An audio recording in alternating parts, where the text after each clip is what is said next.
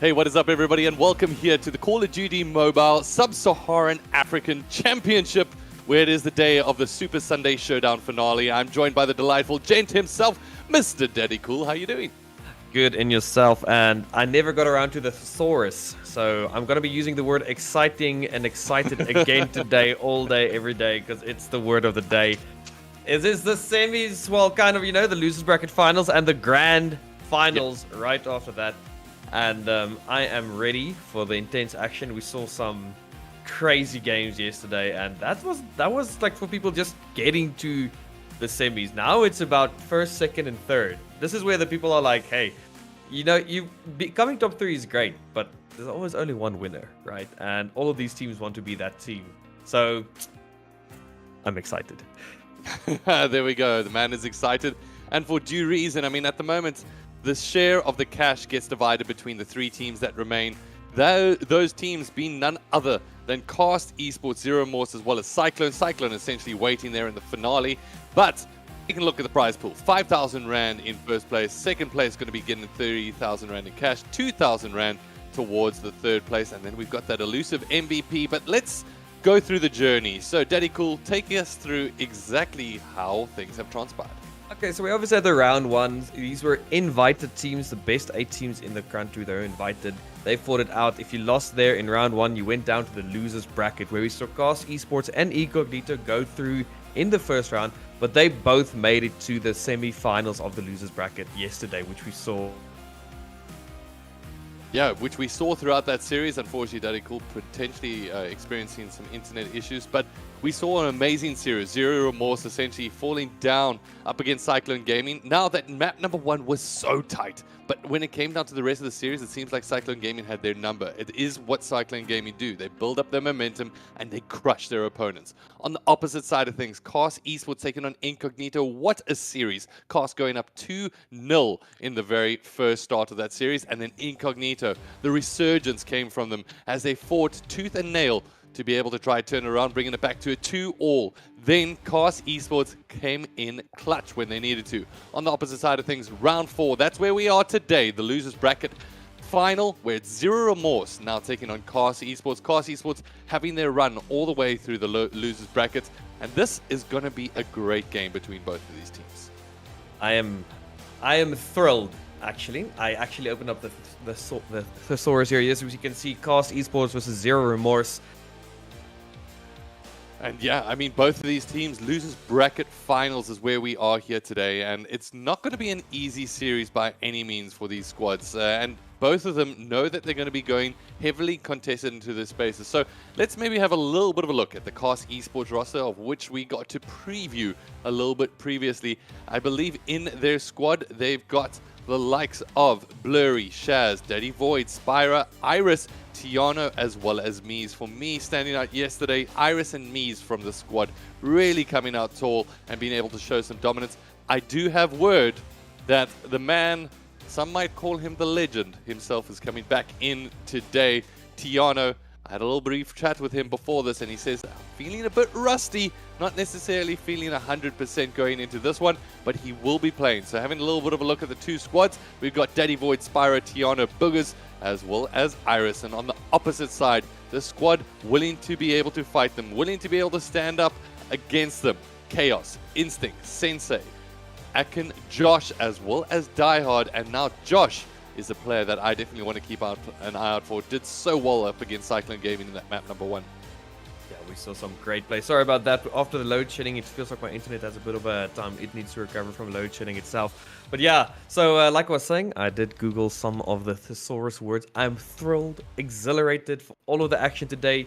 We have some of our favorite players we'll be keeping our eye out over the past few weeks, our MVPs potentially. And we're going to have a showing today. We don't know the first maps yet, do we, admin? Because, we got a standoff showing for our first hardpoint. Actually, I think me and you've only casted 1 standoff hardpoint together so far. I just love that map for hardpoint. It actually rotates so well. I feel there aren't that many farm points like some of the other maps, as we've seen in the past. But, oh, well, we're already ready for game 1 right now, as the players are heading to point 1, Point Hill 1. All right, this gives me a kind of a little bit of a reminder to the good old days of standoff, opportunities to be able to play this map. It's so technical. You need to make sure that you're picking up these rotations, and already going into the hill, we're going to have this one heavily contested. Cast Esports managed to get some time on the hill, but the eliminations raining up in yellow. But what it really comes down to is trying to remain in that hill uncontested, earning points for your team. Now, one thing that we got to keep an eye on for, and Daddy, you kept on talking about how important it is to keep an eye on that mini-map in the bottom corner. At the moment, you can see Cast Esports find themselves in a position trying to hold the top side, and at the moment, they're still managing to control those spawns outside of Garage, which is so crucial. That being said, Spyro just came out with a triple. Cast are looking like they are coming out all guns blazing. Danny Void, we saw yesterday, putting up such a performance. They're trying to get that wall spam, slow them down a bit. So far, Cast is pulling away, but we saw yesterday Zero Morse do know how to bring back a game and keep their momentum up. You know, they kind of give their opponents sometimes feels like a bit of a lead, give them hope. And yeah, they are ready for point 2 right now. As we say, as you see the minimaps, the spawns being very important. Player 5, they're trying to secure that spawn for his team, and they're going to get on the point right now. And as you can see, scores pretty close to start it off with. And I don't know, let's talk about MVPs for today. Who are we looking at to see to do the most? All right, so we've got 3 teams left in it, and one of these teams will have the MVP in their back pocket. Now, when it comes down to both these teams, Cyclone, I think the player that stood out for me yesterday was Easy as well as Michael. And I think from that side of things, even Life also had some great moments. So we'll see today. It's a big opportunity for them to be able to step out. On the other side of things, when it comes down to Cast, I mentioned a little bit earlier, Mies and Iris having phenomenal games in their own right. But Mies, maybe for me, on a personal note, takes a little bit of that cake. On the other side, they versed Incognito. I know they fell out, but I got to say, Kip Slim had some amazing plays of his own. On the side of Zero Morse, I want to keep an eye on Ak and Josh, as well as Instincts. They're the members of the squad that seemingly are remaining quite consistent, but looking at the scoreline right now, Chaos is leading from the front with 7 eliminations. 7 eliminations, indeed. One player I want to definitely keep our eyes on is Iris yesterday. He made 2 clutch games, which we believe is the reason we saw Team Cast actually staying in it and not going home at all. He got the triple kill on point 2 on Shoothouse, and he got that 1v4 ace or clutch in Search and Destroy, and that was enough to break the momentum that not Zero Remorse, sadly our losing team from yesterday had. Cast East, not wait, what? Incognito, Sorry, I believe. Incognito, that's the one. And they unfortunately got eliminated after that. He lost the momentum of that. So for me, Iris has done a lot. We have the claw in hand here. This point being such a difficult one to contain. And it seems that Zero Morse are going to get a lot of points here. And Cast is just going to opt out to get onto the next one so long.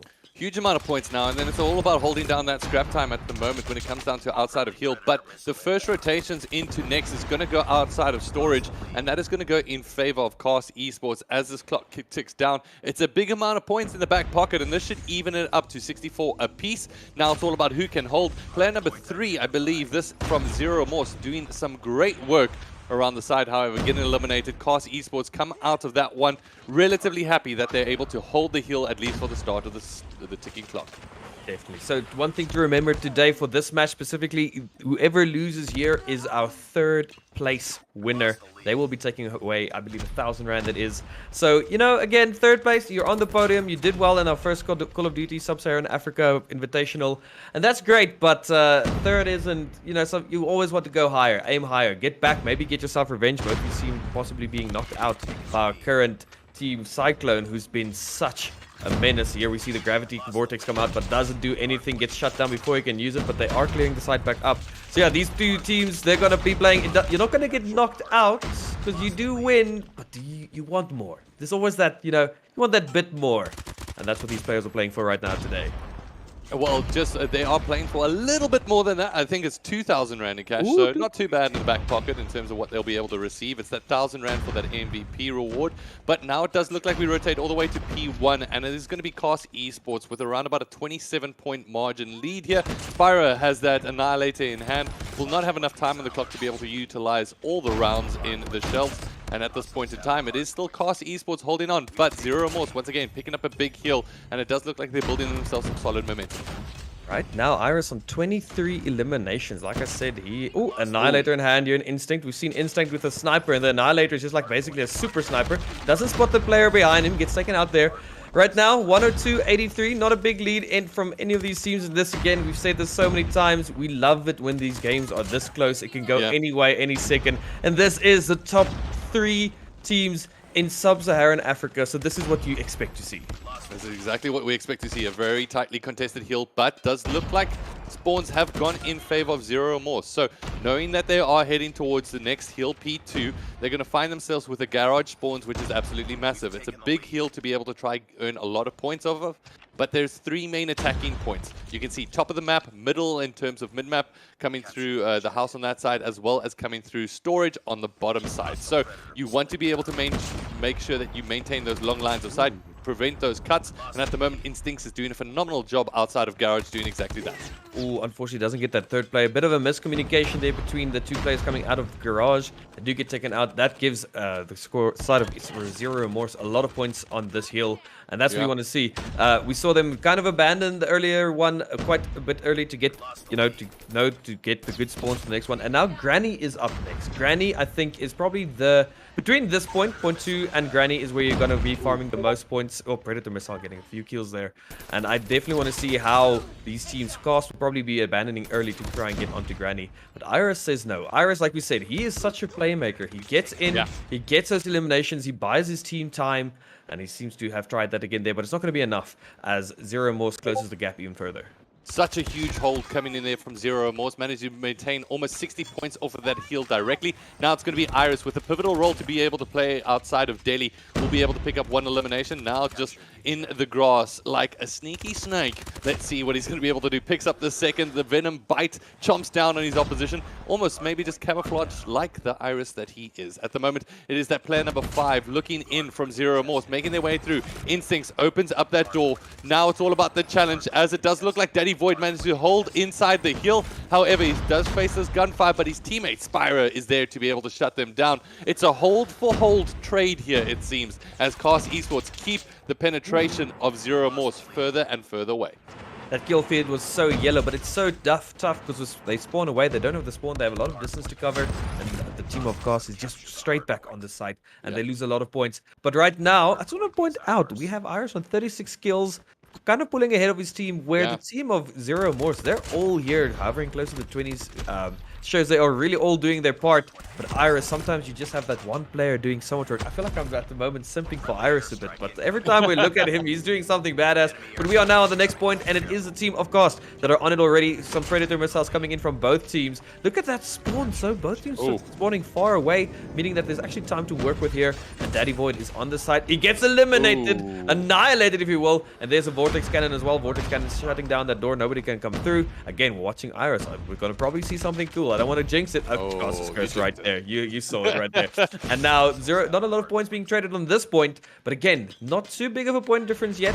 I think they do realize that you can't be giving up any points anymore. You have to commit to equalize it as much as possible, because if they do pull away, that was a beautiful play there by Tiano.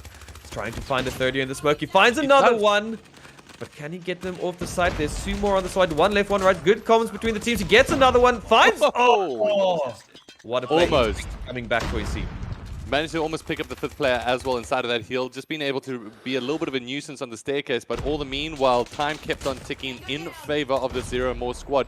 At the moment, they're still holding on with around about 12 seconds left inside the hill. Cast finally get a challenge, except Instinct says no. Now it's all about those rotations yet again. We only have 5 seconds left on this hill before we go to P1 yet again. Things are even more even than they were on our second full rotation. Now, this is where the teams can start to break away from one another. Have any of them kept streaks in the back pocket? I think it's only one player that might have streaks in the back pocket, and that, I believe, I'm not too sure. It's player... So close somewhere. Chaos. That's all I know. Chaos also performing. He's on 29 kills right now. Instinct on 29 for his team. 32 right now for... Damn it, a bit of a blurry year from our spectator perspective. But yeah, so again, the team of Zero Remorse are very, very close to each other with how they're performing each. And they're actually taking the lead for, I think, the first time this match. That said, it does look like Cast Esports are going to say no. We want that lead right back at the moment. It's going to be Chaos comes up with a trade with Instincts inside the hill. At the moment, they're going to look to Iris and manage to come up with some top fragging there with Tiano in hand. Now from the Zero More side of things, they were spawning towards Statue side. So they're a little bit further out than they wanted to be. However, they get a nice 1-for-1 trade in the back alley. At the moment, it's going to be player number 4 that is held inside the hill. He gets knocked down. That's none other than Boogers. So Cast Esports, this was a heal that they lost out massively last time. They can't afford to let it happen again. The margin of their lead is only, I believe, around about, oh, quick maths, is that 12 points in total? Or is that 6 points in total? Oh, no, it's more than that. It's 18. So 18 before they go into the hill. Boogers managed to bring out the claw to essentially try shut them down. But it does look like Zero Morse are doing a fantastic job to be able to prevent them. The Purifier comes out and it's all about the barbecue, baby, as the burning players start falling. But it's Cast Esports that finally work their way in to contest this hill. However, there are players on the top side and it's still going to be an opportunity here for Cast Esports to try retake the lead. Can we please get like a 20-point lead rule for like search and destroy, but in this? Because holy guacamole, these two teams are neck and neck right now. They do not want to give up any of these points. Trying to pre-fire angles, gets one player off their Boogers. Ooh. And we see here Diehard actually having a great performance yesterday. We saw him struggle just a little bit yesterday, but he's on 39, almost 40 elims at this point. This is Cast getting a few points now. 235 to 211, but this is Granny. Granny being one of those point farming points. And they are a bit behind, but they only need 39 points. That was some quick maths. That's all they need. That's all they need. We have Annihilator in hand, but he gets taken out. So now it is Sevas. They've done so well. Go up the ladder.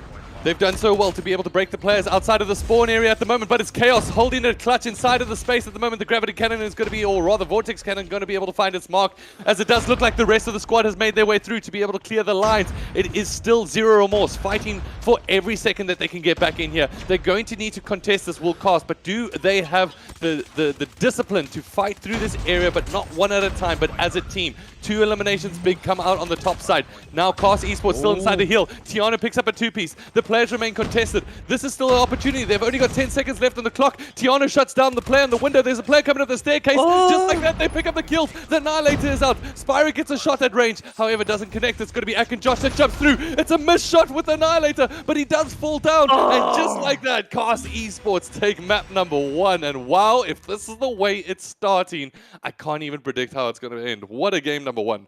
You said just like that. No, look at the work they just put in there. Holy, they held it their ground. They're the Annihilator. Almost got Zero Remorse back on site to just stop that timer delay, potentially for the next point, but unable to stay on the site.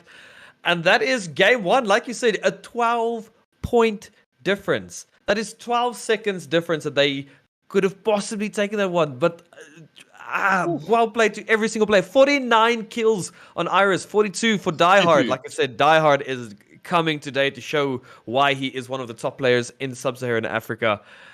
What a start to the What a start that was. And I'm buzzing for map number 2 because that was some hectic insert phrase there, because at the moment the thing is, when it comes down to 250 points hard points, which is traditional across many different game times, but at the moment you get quite excited if you drop something that is known as the 40 bomb.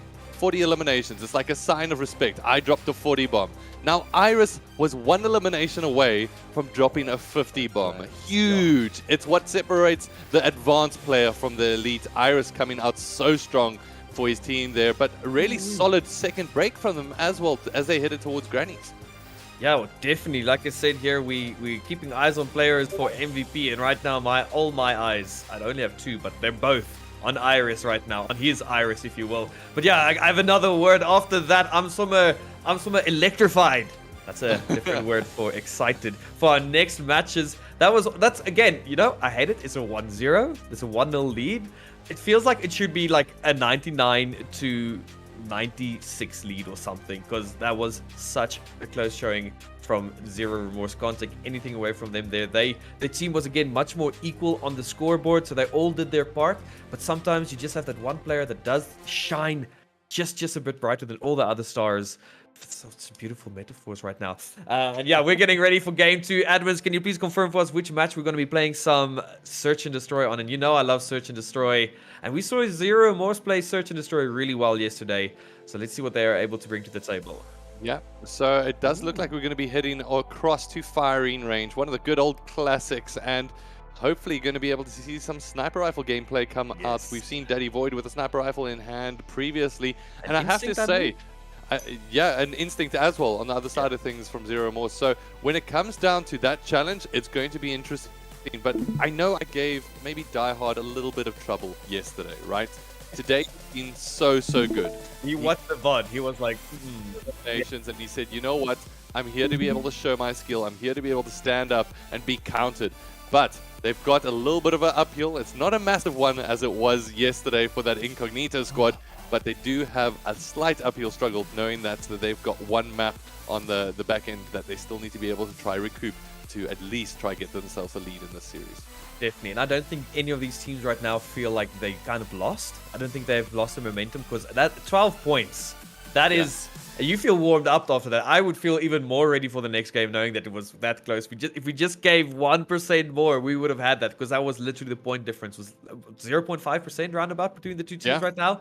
So that is the margin of error you have at this caliber. Top 3 teams. It's been 3 weeks. We've seen a bit of whitewashes, a bit of running over, and we still have to see Cyclone in the grand finals. Not drop the map yet, but what we've seen right now, it seems like the players are ready for a fight, and I hope they're getting ready for the next one because I am ecstatic. I'm tingling in my chair to get ready for the next game. You need to get that checked out. That's a bit dangerous. Call your physician, call your medical support as soon as possible. But I understand it. It's like at this point in time, if this is the way game 1 is going, game number 2, slowing things down in Search and Destroy, of course, but then we also go across to Control, which is going to be quite interesting in its own right? So both these teams play Respawn and Search and Destroy relatively frequently, but Control, I mean, they're not as used to it as their other game modes, just because in terms of the frequency of these, Control, it's a one and done pretty much in the side of a series, and it's a huge opportunity. Yesterday we saw how Zero Morse took on Cyclone, and they actually struggled in that Control. I mean, Cyclone came through within the very first 40 seconds, I believe, and they managed to claim one of the sites as well. I think that even went out on social. So believe me, everything is going out today. So if you guys want to be able to share part of the action, make sure that you're tagging Carry First African Gaming. We also want to see your clips. We want to be able to see the love. We're all across pretty much all social media profiles as well as channels. So make sure that you're keeping us posted. But further from that, Search and Destroy, Zero Morse, we've seen that they've got some talent in their back pocket. When it comes down to firing range, this is one of your favorites, isn't it? Honestly, I love Call of Duty. Every map is my favorite. Especially, it seems like the Black Ops maps are making it through here on Call of Duty Mobile. You know, I really love a raid, but firing range is high up there. We've seen some beautiful, like you said, snipers. Snipers have the ability to really shine on this map. I love sniping personally, so I want to see what these players bring to the field as we get ready for this next match. And one thing I want to see a lot of in this Search and Destroy is discipline. Yesterday we saw Zero Morse versus Cyclone doing, like, they got a bit overzealous, very over aggressive, overextending, and it looked like they were going to lose a bit, and then both teams just put it back, found their discipline, and that's when the game became so intense. So I want to see, obviously you have to first try and find out what your enemy is, what they're doing, so you have to do that aggression, find out their pace, and then apply the discipline that you know will give you the win. I have to use my hands. I'm just too too happy to watch. Off that game 1 was absolutely stunning. I really want. We are the players, admins. Tell me. I want to get more action. I need action. Okay. So I believe we're just getting word that we're waiting on them to ready up. But as you mentioned, discipline was such a key factor in yesterday's Search and Destroy games. Is that those overextends happen at times, but I think setting the pace of Search and Destroy is so interesting. How do teams come out of the gate? Well, remember, when it comes down to Search and Destroy, you got 6 rounds that you're on either attack or defense. Then you swap your sides. Then it's going to be another 6 rounds unless the game ends at that point in time. Generally, Search and Destroy favors that defensive team. But how are they going to be able to come out with it? Because even from a defensive side, yes, maintain discipline, but we saw some breakaway moments where players just said, you know what, to hell with discipline. And they just ran through the lines, especially on Raid, Search and Destroy, and they found their corners and essentially caused a lot of interruption in the back lines. And it's also disturbing when you're on the attack, right? You need to go for those bomb plants, and you know that there's just some person right there, and somebody needs to take care of them. Meanwhile, you still have an objective to be able to plant. It becomes so tricky. So I love these mental games. Yeah, definitely. So it does sound like we've got a substitute coming in, Daddy. Yes, Boogers is out and Blurry is in. We saw Blurry come in for the last match yesterday, and he did bring that fresh pace. And I think, in these finals, you need to. Sometimes you kind of feel the mental game take a toll, and if you are able to, as a player, say, "Hey guys, I think I should sit back," that might be what happened. Yeah. And now I have some fresh teeth, fresh fingers, fresh eyes. Get ready for this game, because again, it's not only about. You are on the podium now, but how high are you on that podium? You want to, it's not even about the money, like to quote Joke, it's not about money, it's about sending a message. You want to send a message that you are the best team in sub-Saharan Africa. These players, these teams are probably, they're buzzing right now, especially after that game. And we're loading in. We're getting ready for the action, and let's see how the pace gets set here in round 1 as the players are loading in. I just want to see Instinct and Daddy Void, our 2 snipers last time. Let's see how they perform there. I can't wait to be able to see it. We want to get those one shots. Yes. Back to your excitement word at the moment. Let's see who's going to be on the attack and who's going to be on the defending side. So Cast Esports defending versus the attacking team of Zero More. So to firing range we go. Get those guns ready. It's not about target practice anymore. It's the real deal, as it is going to be the Zero More's team on the attack, and it does look like it's going to be an initial look towards the A side, but no overcommits just yet. No overcommits indeed. Again, it's about finding. It's either you try and rush and set the pace early, or you try and find out what the pace is. Try it slow, read it out. And it seems both these teams, I feel that's a safer one to go for. Both these teams do that, but we get that first kill there. Nading into the mid building. I do believe you call it Scullery? I can't remember the name. I call it prefab usually. Prefab, that's the one. I don't know where Scullery came from. I'm probably thinking about I don't know what. But yeah, prefab, and now it is a 4v4 situation. The trade-off is happening. The players on the minimap right now look like they're kind of all over the place. Bomb is being planted, and it's an advantage to the team that has now successfully planted. Now they have one objective to defend. So now Team Cast has a lot to work against. We know that defending is the easier side. You do not want to be giving it up there. Gets a beautiful kill there with Spyra. Rotates out. Do not get traded out at least. Now it's a 3v3 situation, and they have 25 seconds to work with. Misses the sniper shot. Chaos playing that head glitch really well. Spyro we see there in the background coming through. Chaos finds himself another and first round to the attacking squad. Ooh, these players are coming to play.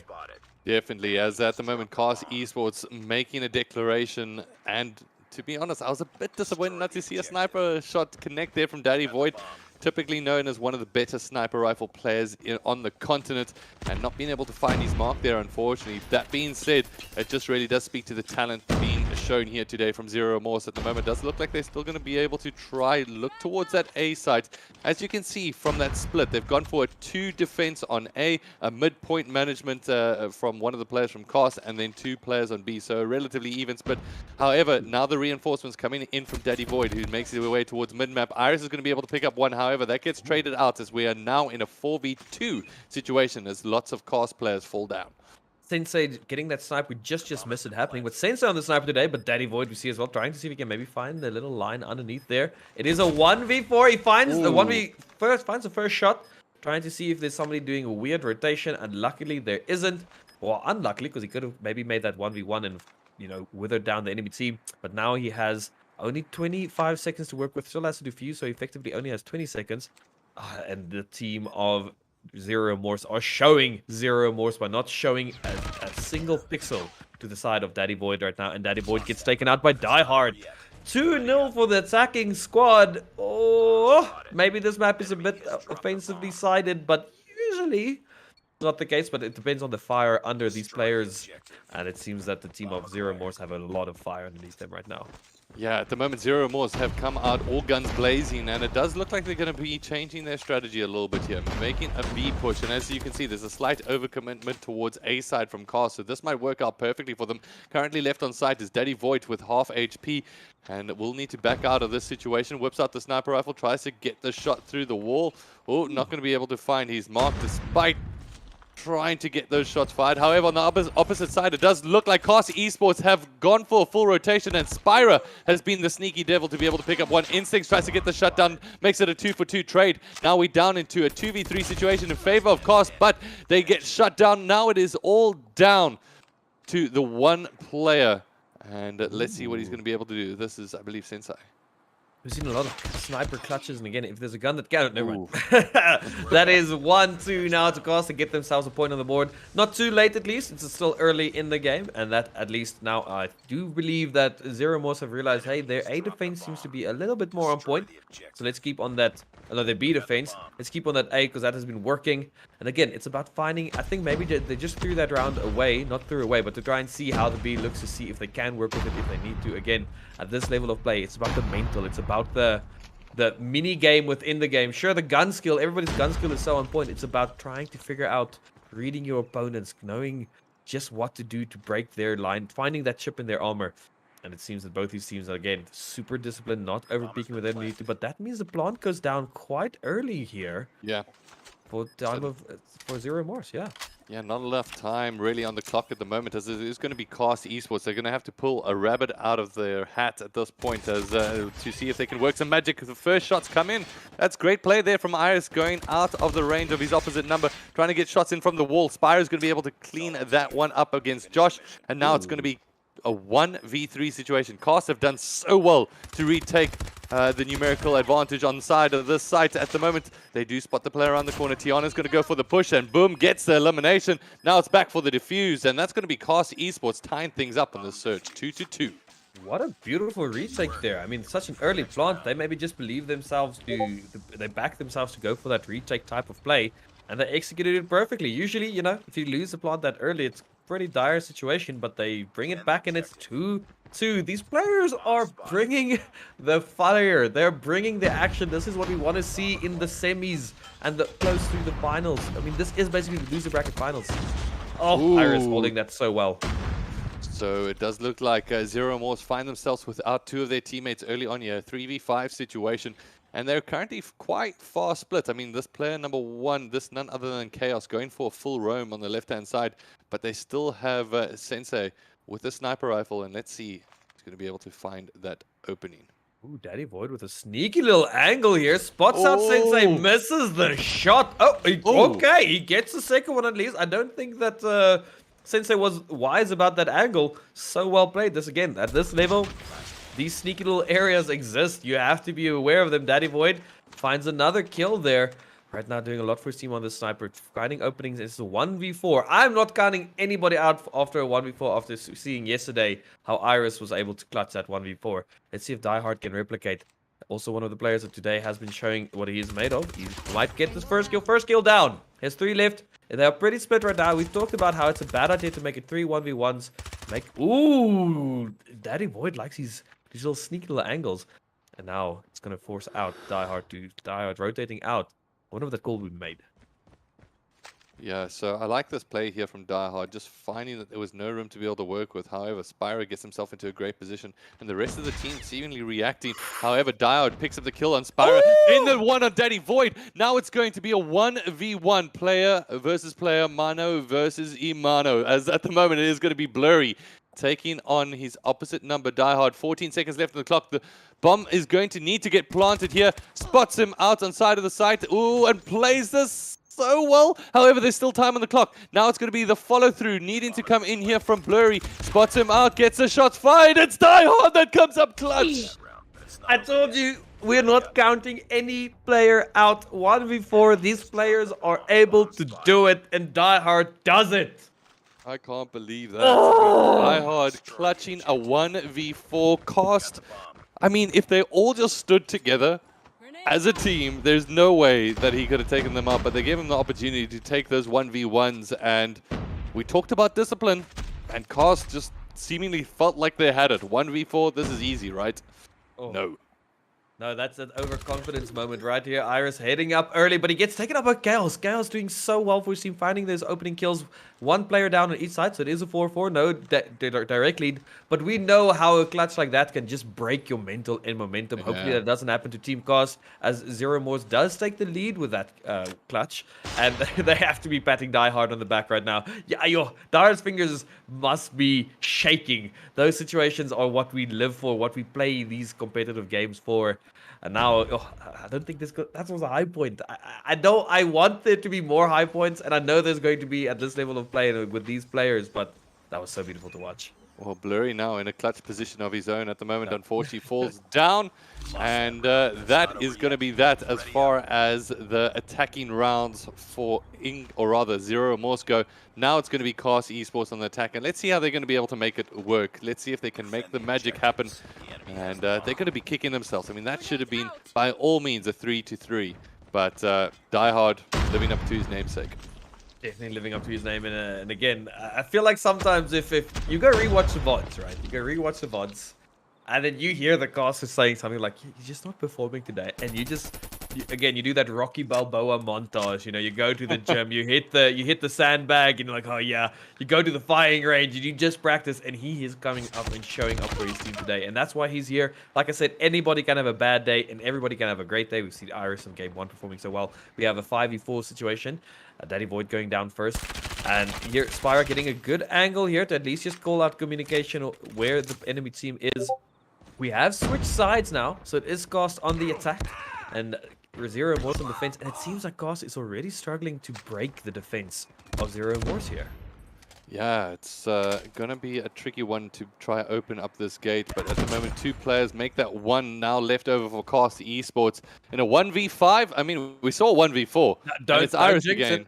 Don't do it, but yes. I want to see it happen. I want to see it happen, but I don't know. This is going to be tricky. At the moment, bomb still to get, or bomb has yet to be planted. Boom, picks up the one. The second, Iris. Oh. You know what? I would have put it behind him, but Iris, I mean, came up with such a sick clutch yesterday. Diehard doing that today. What a spectacle we've had throughout this series. But at the moment, it's going to be Zero Remorse inching one step closer to trying to secure this map. And it's going to be Cast Esports on the attack, yet to secure a round on the attack thus far.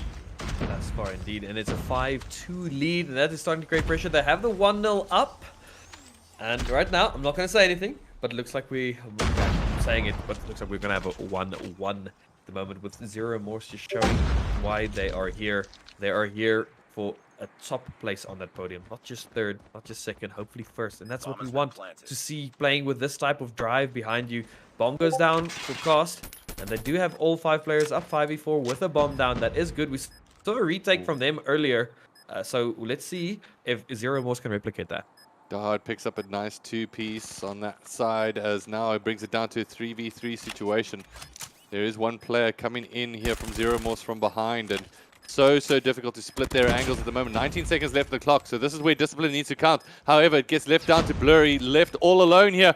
Peeks! Shouldn't have maybe peeked around there. Could have wrapped around the building and just gone for the diffuser, but seemingly hindsight is 2020. But it is going to be 6-2 in favor of the Zero Remorse squad, who now are just 1 round away from taking the search and destroy. It looks like Zero Remorse have the search and destroy formula for this map figured out. They played that retake. It seems A is a retake site. You just give it to the enemy team and then you just kill them afterwards. Easy peasy. And now 5 alive. Obviously, the round just started. Sniper shot trying to connect. Doesn't find anything. And this is the first commit here from Cast onto B. Gets shut down by Chaos, but they are full committing as a team. That's a tough one for Chaos to shoot all down. It's a 4v3. Hopefully they can get the bomb down. That angle from the sniper here is so tough to contest into. See what they're able to do. If they lose this one, it's a 0. Oh my word, what a quick scope by Sensei. But the bomb is trying to go down, but is not able to get it. Akin just shutting him down. Now it's a 1v2 Daddy Void. Also a top player we have been watching during the series or the matches. He has a sniper in hand against snipers. Great for clutching. Oh, but Sensei says no, and it is a 1-1. The action continues. Action does continue, and what great play that was from Sensei. I mean, those scopes just in time to be able to come up with those eliminations, but there's an MVP for the search and destroy. There's only one player that it can go to, and I think that has to be Diehard. Oh, yeah. I mean, anybody who clutches a 1v3 or more is a high contender for MVP. Diehard also top of the leaderboard after that, so he's really securing himself. Again, I think today he's just setting himself up. 12 eliminations in a 7-2. That is a lot of eliminations for him again, especially knowing the fact that he got that amazing clutch for his team. And yeah, there we go. 1-1. The players are playing. That's all I can say. Players are playing. They are very much playing here today, but what are they playing for? Essentially, there is 10,000 Rand in cash for the teams, but a 1,000 Rand additional prize money going over to that MVP award. 5,000 Rand first place, second place 3,000, third place 2,000 Rand in cash, and that MVP so far. I mean, Iris has been performing map number 1, map number 2. Give that to Die Hard because, oh my goodness, that clutch of notes. Spread that across your socials as fast as possible. Make sure you're tagging us. What did I say a little bit earlier?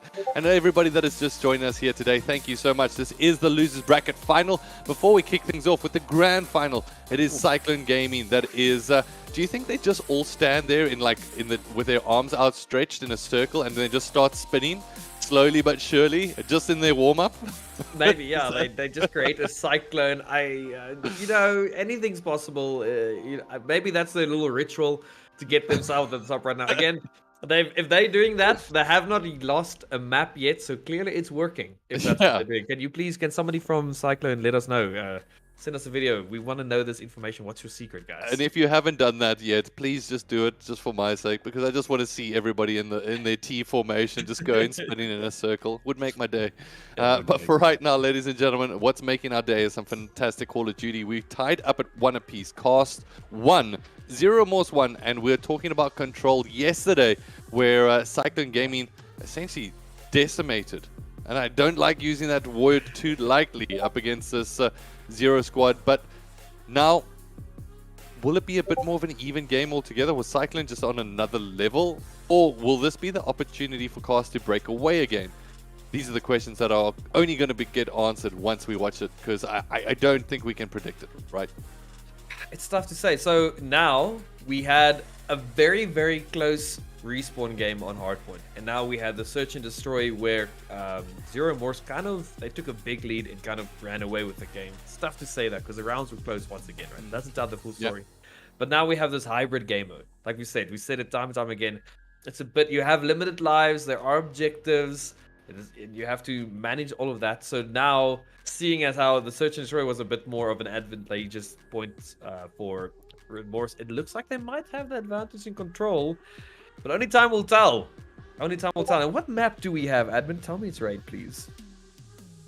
So I believe still confirming with players is what we got the call out for. So we're waiting for that map number 3, but we'll keep you posted as soon as it goes down.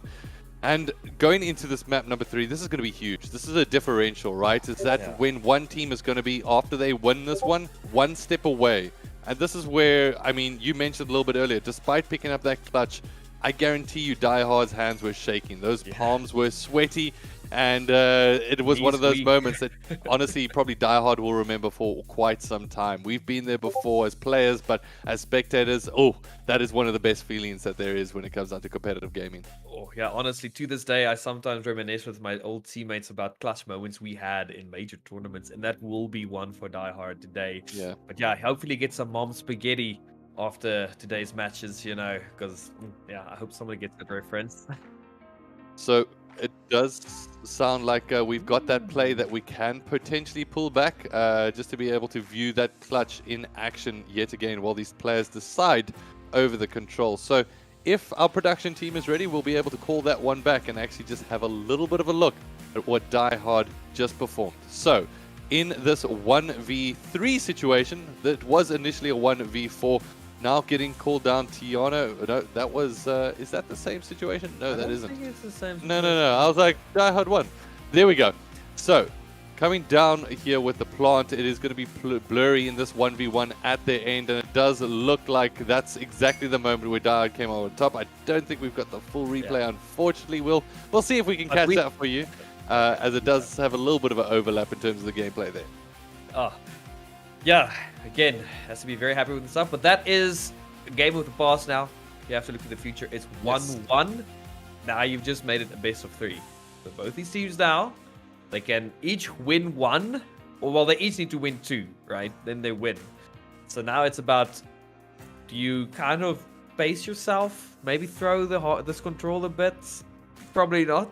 But I don't know. I'm just trying to think of like what's going through these players' minds because you want to win. You don't want to. You actually don't want to go for that last map. You want to just secure it now. You do not want to go for a 2-2 because then it's a base of one effectively, like we've said before. And again, especially if your team cast, you do not want to be doing a search and destroy after what Zero Morse was able to pull through there. I'm excited. The good old crutch. Going back to the excited route. But for right now, this control game mode, it's going to be vital, as we mentioned time and time again. But do you think that there's lessons to be learned here from other teams in terms of the way that these matches have been going down? And does this prove valuable in terms of if you're watching and as a Call of Duty mobile player? And where do you go from here if you're one of those players? Yeah, so I mean, like you said yesterday as well, Cyclone are probably is watching this game with very great intent, with like taking notes, like, oh yes, okay, you know, because both these teams are teams that they could be facing in the grand finals. And if you're a Call of Duty mobile player, you must be watching this and taking note of how to handle situations. Put yourself up for those 1v1s, not a 1v4. We see a 1v4, but if you play your card right, you get 4 1v1s, which is a completely different thing. You just have to win them, and that's exactly what Die Hard did. And again, if you're excited to get involved in some Call of Duty Mobile competitive, be sure to check out ACGL, their website, as they will be doing more of these tournaments throughout the year and the months and the weeks coming. And it's exciting times, and as you can see, it's not just for fun. There is prize money on the line. You can take money home for being good at Call of Duty Mobile, and that is what I love about esports, and it's only going to keep going up from here. So I hope everybody watching is just excited for the future of esports here in South Africa. Yeah, really, really excited, but not just South Africa. Of course, we've got Sub-Saharan Africa. And we can't wait to see what the rest of these communities have. I mean, when it comes down to African esports, there's some phenomenal teams that we haven't even been able to peek our head into that space just yet. And I can't wait to see the various skill levels as we see Daddy Cool unfortunately dropping out in terms of the internet on that side. Hopefully not load shedding. I know some of you guys are here despite load shedding. It is stage 4, I believe, on that side. Don't want to jinx stage 5. Let me touch wood quick. As it's going it does down look to like stage Daddy 3 is back. tomorrow. Don't okay, that's good. That's good. I go with our friend Escom. It's as reliable as I don't know what. But let me just get my camera here again so you guys don't have to look like. Feels like I'm speaking to a spooky ghost. Zero spooky ghost in here. Admin, if you could just set my source to please refresh or something like that, I would appreciate it. But in the meantime, I will sort that out. But yeah, no. Again. What's happening with the players? I want more action. I'm giddy. I'm on the edge of my seat. This is so beautiful to watch. I love competitive esports. That sounds a bit of a redundant thing to say, but yeah. All right, so at the moment it does sound like that the teams are having a little bit of a chat just with regards to the maps as they're trying to just decide exactly on which one they're going to play. As this is, I mean, understandably, right? I mean, it comes down to the veto system, and these teams. I mean, this next map can change. We talked about the narrative of this series so far. This can really change the way things are going to be playing going forward. And I mean, in hindsight, we've mentioned time and time again how important these various decisions are. And when it comes down to control, we love Raid, but oh boy, do we love a good Summit as well. I have not seen a control on Summit, so this is going to be very exciting for me. A, looks like it's very in the middle of the map. I'm excited to see. I think B is probably going to be the one people want to get on first. No, maybe. I don't know. Only time can tell. I don't know what's going on here. We see Chaos going in hot, gets his first kill, going for 2. Doesn't find, unfortunately. Good trades all around the map so far, but no ticks going down, although the team of Zero Morse are close to that B to get some ticks. They get their first tick almost, has a 2-life advantage. And it's a hot start to the game. Holy indeed. At the moment, it does look like it's going to be a fast and furious contention in terms of top control, which is going to be so massive when it comes down to Summit. You want to be able to try control that room. And at the moment, it is going to be Boogers inside of the hill, just being able to revert this one a little bit further back on side of A. But you can see the overextend potentially coming in here from Zero Morse. They're trying to fight their way in, and the defensive lines have been set. Now it's all about just trying to wait for their teammates to rush their way through. Sensei gets the headshot on top of that staircase, and now has a little bit of room to work with in the mid-map. All right, so at the moment, it is going to be 2 eliminations falling in favor of Zero Morse. Now with the eliminations in their favor, however, Spyro pulls that one back. Daddy Void in a crucial role outside of Balcony. is going to be able to come up with the elimination up against Die Hard, and made it 2 up against Josh as well. As they claw this one back within 1, it does look like with 20 seconds left on the clock, Zero Morse has actually found themselves on the back foot now. The trophy systems will get thrown out. Instincts comes up with 1, Die Hard with 2, and now they finally make their way in towards this B site. And getting this B side is crucial, as they do have only 11 seconds left. But once they do get the full site, you know, that's a whole extra minute to work with for A. But Iris doesn't want it to happen, but he gets taken out, traded out. But now nobody is on the site. No ticks, 5 seconds left. You want to get on the site.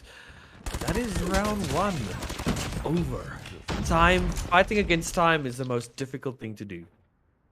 Wow, tied up in terms of amount of eliminations of both those teams, but defensively it shows how difficult on the attacking side rather that it is to get one of these heals. I mean, very much open, so many spaces. You almost need to get top control, bottom control, and overextend into your opposition's base, which is not easy, especially when you're competing with the top 3 teams in Sub-Saharan Africa. At the moment, the defensive side is going to be Zero Morse, and attacking is going to be Cast. Let's see how they can pull it off. I almost want to say that these teams should get A first. A looks like the tough one, and you can full commit on it. But yo, Zero Morse, it's all yellow in the feed. Love to see that one color feed. But Iris breaks the color streak there at least. And now Iris again. Oh, Iris, man, my eyes, man. I'm simping for that, man. Right now, as we see, A is getting a few points checked off. But will it be enough? This is such a tough map. I haven't seen it yet, and it looks like it's one of the tough ones. Here we see the... Well, this is an ice version of the beer fire. Is that like the isofire, I guess? I don't know. He gets a few kills. Oh my word, he's pushing deep in. Daddy Void is freezing these people to death here on the snow-themed map. It really fits the theme. It looks like they are going to get this A site. 2 ticks down so far. Will they be able to stop it? Ooh, Chaos comes out and just challenges and says, you know what, get out of my A site at this point in time. They get the 2 ticks. Or actually, was that 2? Yeah, it is 2 ticks at the moment. It's going to be Chaos shutting them down. And Die Hard picking up 2 pieces of his own. 16 eliminations apiece at the moment. And now it's going to be Cast Esports to try rebuild on the attack. And it looks like Chaos is going to whip out the claw, ladies and gentlemen. Whips out with a nice 2 piece of his own. Definitely. Oh, and the Predator missile just for extra bit of spice there on the steak. And now the lives are looking good for the side of Zero Morse. Quick question, do you get time per tick or only if you get the whole site? Because I'm not too exactly sure. There's a very yellow kill feed again. If you can confirm that, please, Golden. I think it's per capture in total at this point in time. Yeah. Okay, that's good to know. No, I'm finding out so I can go pro as well. You know, I wanna get into knowing these rules and things. So I'm gonna my S22. You know, there we go. Game should be able to run the game really, really well. I actually started playing a bit again after casting with this, and it's been such a great time. Now it is 11v1. Oh. Lost that round. And it's 1-1. Yeah, so now tied up at 1 apiece, back and forth between these 2 teams.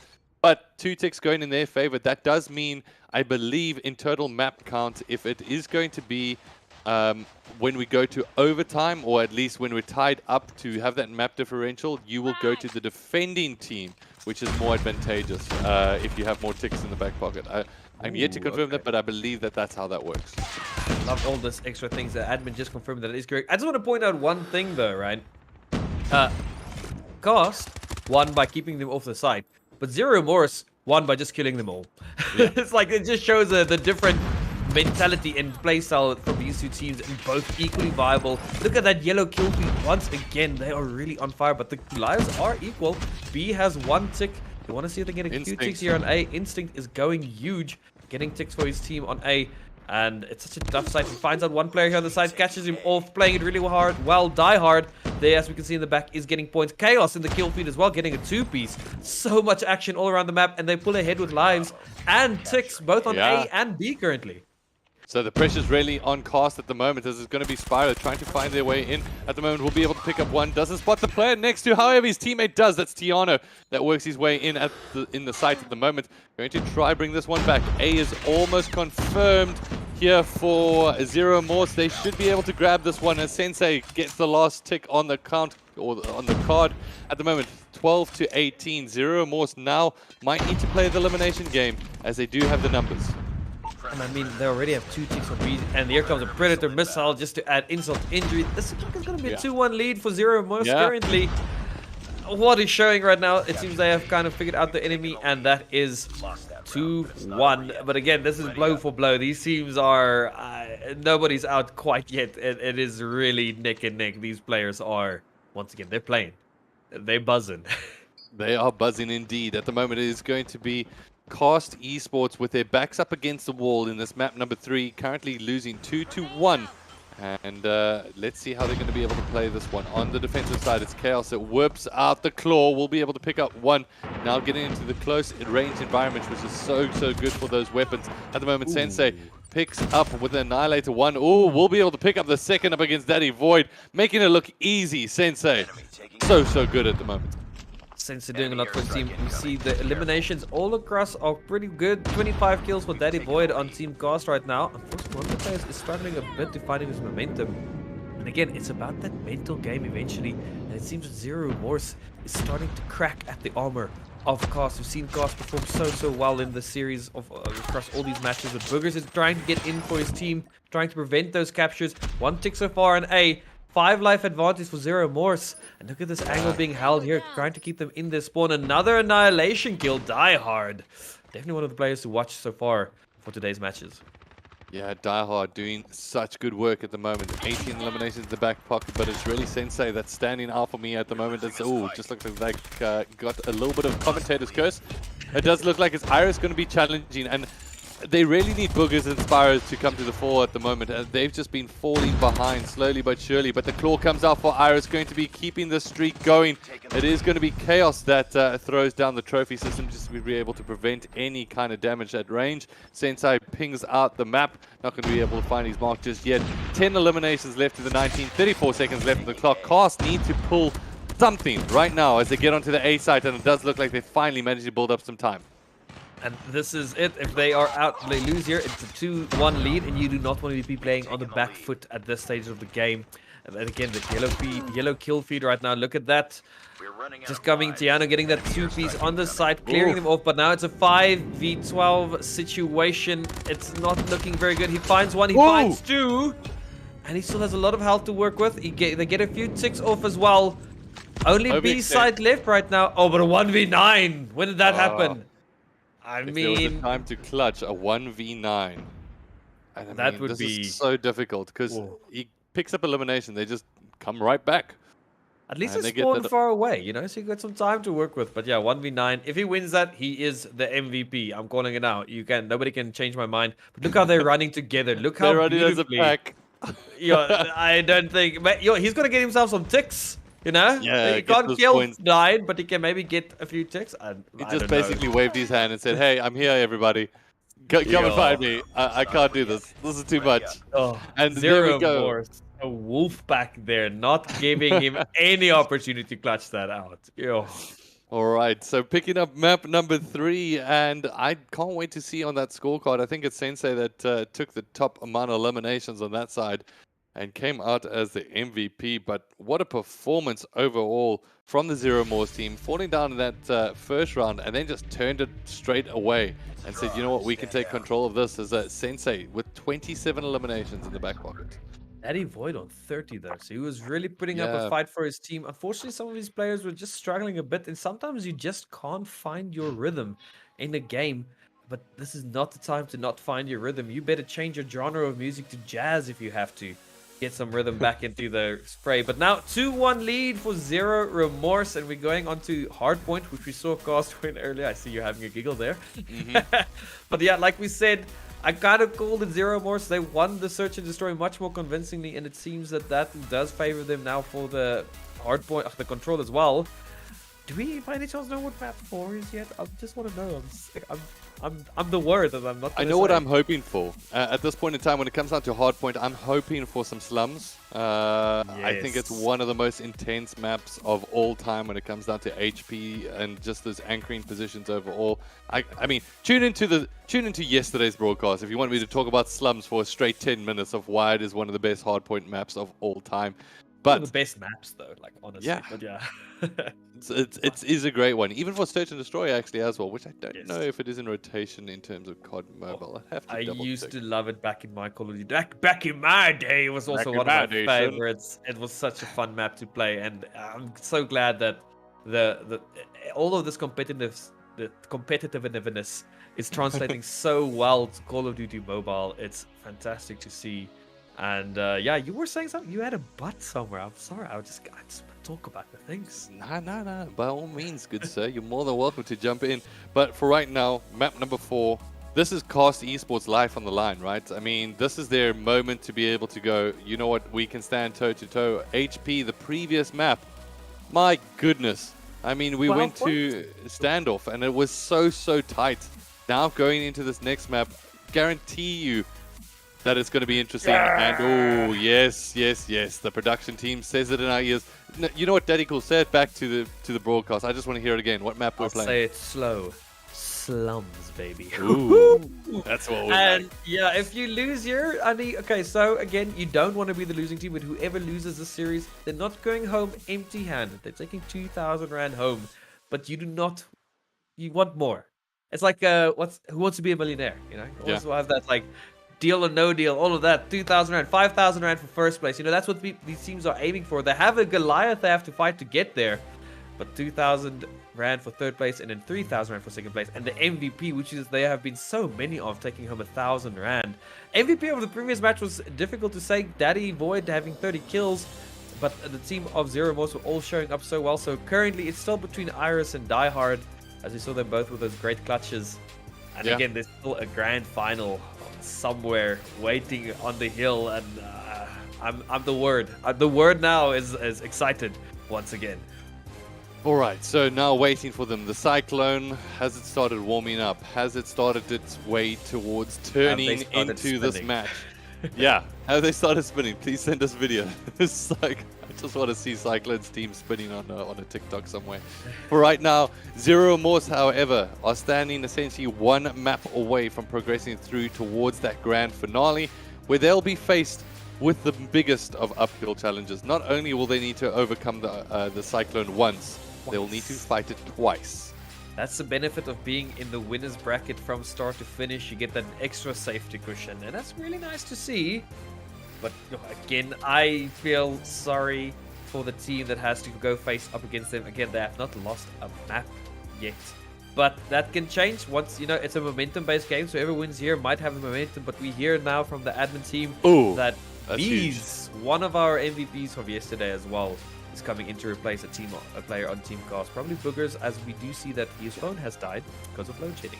You know, it's a real struggle. I think playing games on your phone will drain that battery really quickly. Me's one of the standout players, and I think just going into the series without him, they felt like they were missing maybe that little bit of magic, right? That consistency. And Me's, he's what I at least gathered from being able to meet him in person, also have chats, he's very much a leader of his team. They look up towards him to be able to provide some kind of support, some leadership, some direction. And that's what they're going to need right now when it comes down to this hardboard. They're going to need some direction. They're going to need some call-outs. And when it comes down to Slums, what a time to bring him back. Definitely. I mean, morale must be a little bit low on the side of Cast. And if he can boost that morale back up, we are in for a great match 4. And which means we might see a Game 5. And we love a Game 5. I don't care how long it takes. The more action, the better. And, you know, you want one team to just win, but you also want as much action as possible. And right now, and we know what Cast is capable of. We've seen them throughout the past month in various matches, just performing so well. We see these players are all ready and getting ready to join into that game. Slums, Hardpoint. Ooh! We know that point 2 and 3 is... actually, I feel like point 2, 3, and 4 are so important. And we know that these players can definitely play the spawns well, the rotations well.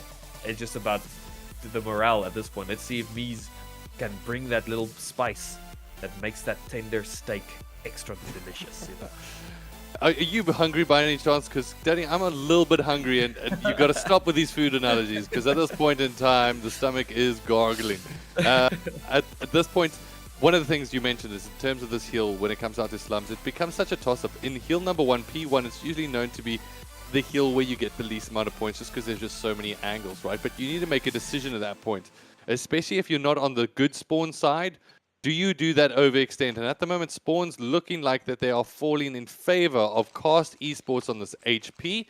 now the question goes, will they hold it? Will they hold these long lines of sight? And this alley that Mies is running down right now becomes so prevalent when you go towards P2.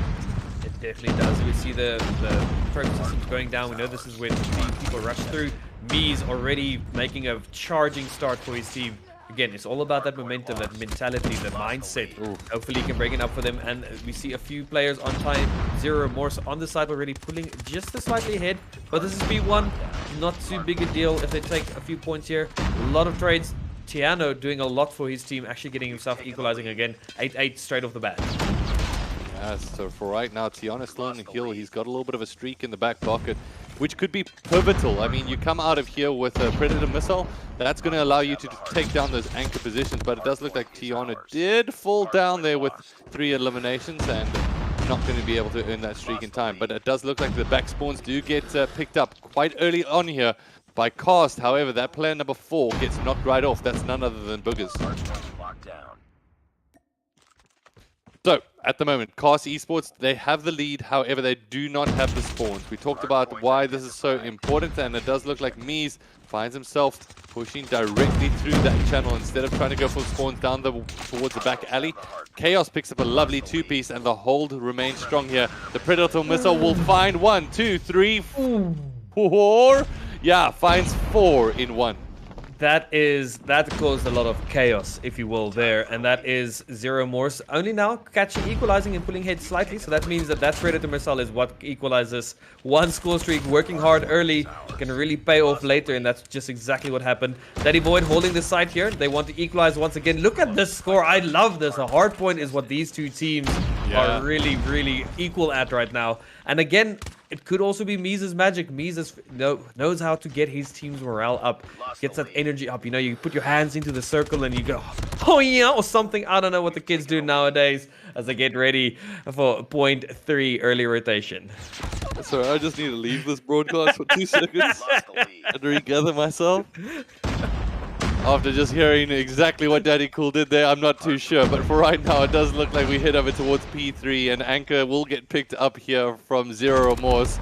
Inside of heal and out, it does look like they are asserting their dominance. However, here comes down the Predator missile. We'll be able to find at least 1. Tiana not being able to measure up his Predator missile usage versus Chaos. But Cast Esports roll in. They remain heavily contested, but Chaos shuts them down. Chaos right now is doing so much for his team, and I like how there are so many score streaks up, meaning that these players are really giving it their all. They are not just getting traded out 1 for 1. They're making sure they take 4 or 5 with them every single time they're going to fight. Mies there trying to get them off the side. 54-63, not a big lead by any means, and again, it's going to be tight. The fountain hold is going to be important. We see Cast already prioritizing point 4, as it is a tough point to get back, but both these teams realize the value of the next point. Player number 3 is going to go get a few more scraps at least for Zero Remorse, but I think that the plan on Cast is to just get as many points on the next one and start pulling ahead. Alright, so now as we go in towards P4, this becomes massive. At the moment, the contest outside of Garage Hill, it's Instinct that finds himself getting shut down by Tiano, who keeps on pre-firing through the doors. However, here comes a huge rotation coming in from Zero Remorse. Cast Esports need to jump in on the hill. They were just spending so much time inside of the alley, not really contesting that, but now it's going to be Zero Remorse that find their way in to be able to try shut them down, and they do exactly that, earning some points on the board. Definitely, and we see Instinct with the Gravity Vortex, getting 3 with that Gravity Vortex, and that is going to secure them a lot of points. And again, we say a lot of points, but it's 74-84. But it is actually the time of the team of Zero Remorse that are ahead right now. And if you're Cast, you do not want them to be ahead at all. That's such a yellow kill feed. Every time I look at the kill feed, I just see yellow. But there, Tiano coming clutching through, and Boogers clearing them out for, but trying to contest at least. Doesn't spot the player in the corner. It almost gets him. He does trade eventually. But now it's back to point 1. Point 1, a tough one to hold. 30 points behind right now. It's going to start playing on the mental. But if you can hold point 1, it can really set you up for the next one, which they're probably going to try and secure those spawns for as early as possible as well. Iris comes up with such a clutch kill there to be able to pick up the player, trying to go for these rotations. And now it's going to be Die Hard, essentially trying to be the thorn in the side of the opposition. As the call-out gets made, Iris says, you know what, I can take you out. Chaos gets the spawn. That was a very strange spawn there from Chaos, who just basically walked up the stairs and said, you know what, I'll take this. Thank you very much. Free piece of candy right there. And at the moment, it does look like this hill is going to be held pretty damn well by Chaos Esports, considering it's usually heavily contested. Yeah, and that's good. I think Chaos, Zero Morse realized that, hey, they have that bit of a lead. They can secure those spawns, and that's exactly what they're doing. But that means they do lose that comfortable lead. But could it be worth it? That is the gamble you have to play and ask yourself right now. You see here, Boogers goes wide. He finds one, unable to find the second. And now Diehard is on the next point. And hopefully the spawns can work out. Daddy Void spots out Diehard, but Diehard spots him out even harder, as they are now getting ready to bank a lot of points to try and pull away further. Maybe that gamble paid off. Yeah, the heel remains contested at the moment. Tiano is dancing in and around this circle, but it's going to be his teammate that comes up with a kill, Daddy Void, to be able to redeem Tiano there. Now it's all about pushing into the hill. The players are inside alley. Nobody's overcommitting here from Zero Morse. There's a player just behind. Does he manage to pick him up? Now it's Boogers being able to be a little bit of a thorn in the side of his opposition number, and it's going to be a Sensei with the cleanup.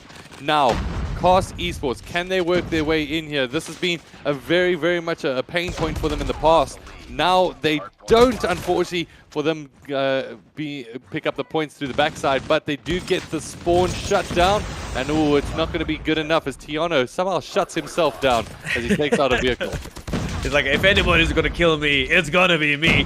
And now, unfortunately, that means that the lead for Zero Remorse does get a bit bigger, as they did, like I said, the gamble paid off for them. But now we can already see Team Cast, they're making the gamble to get that next point, point 3, getting as much points as possible. They're securing that spawn. But look, player 1, 4, and 5, they want to get the back fountain. They know that the spawn is going to be everything, and they want to go on to the finals. They want to be done with this as they take this lead. Daddy Void got a good spot here, but again, they've now secured the spawn for themselves here on Zero Remorse, but they do lose a 4 points in the process.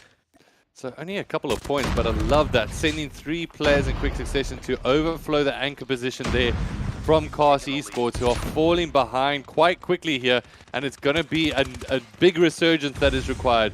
They look towards Tiana, they look towards Mies, and at the moment they look towards essentially the vortex that finds themselves captured as at this point in time. It is going to be the squad from Zero Remorse that are showing exactly that, as they keep on pressing their opposition and not allowing them an inch.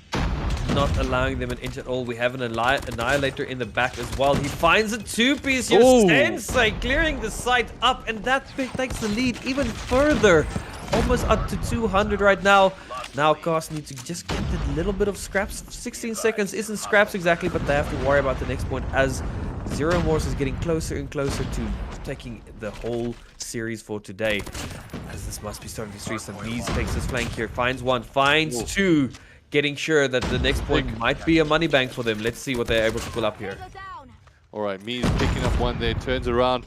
This is where the claw comes out. Might need to be able to help here through essentially Statue Alley at the moment. Oh, Chaos somehow shuts him down, but it's going to be Boogers that whips out the Annihilator. Will he be able to follow up? No, it's Sensei at range with Annihilator of his own. Oh, okay. Sensei came to play. He also has a Predator missile in hand. What a wall spam there. That's just reading the positions, reading the angles you might find players at. Well played. All right, so at the moment it's going to be Daddy Void that picks up one, and it's going to be Chaos that brings out the Purifier, or as you call it, the Icifier, as it does manage to come out with at least one shot down, and it's going to be Chaos staying up and alive here, as the Predator missile will be able to find up another. And great play here from Chaos, great play coming in here from Zero Remorse to be able to take it one step further away from the opposition. Right now they are 30 points away, a 100-point lead from Cast. If Cast wants to stay in, they have to dig deep, and it's something can be done. Definitely, we've seen these players all perform, but it seems like Zero Remorse aren't going to have any remorse and allow them to even keep that dream remotely alive, as they are getting ready for point 1 once again. Maybe they'll throw away a lot of points and just make sure they can't just crush the soul of the enemy at this point. We see their Mies falling down. 20 score left. We just got to let know they're on the overlay. And now only 15 left. They are on the point. Daddy Void, so much work he's been doing today. He gets taken off of the statue. It's just, the dream is fading away at this point. Dream is definitely fading away here for the Cast Esports lineup that need to go super clutch if they're going to be able to stay in it. But it's going to be Diehard that whips out the Annihilator and tries to keep them shut down at the moment. Mies gets a clinical 2-piece, however, will get shut down on the opposite side of things by Instinct. 2 seconds left on the clock, And it does remain contested as Iris says no, but it's not going to be enough as No gets the call out coming in here from Zero Remorse that pick up map number 4 and get their continuation to once again fight between the eye of the storm as Cyclone is left waiting. Ooh, so that is 3-1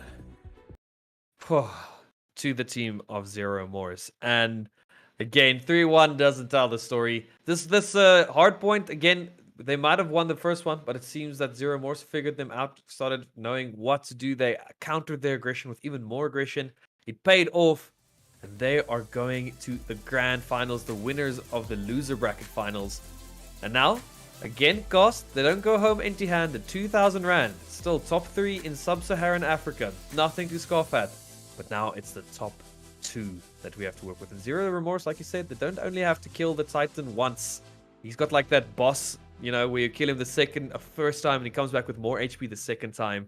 And they're going to have to kill that potentially as well, you know, just to be able to, you know, go home with first place. And let's see. At least we get a bit of a break because that was action-packed. Yeah, that was definitely a lot of action.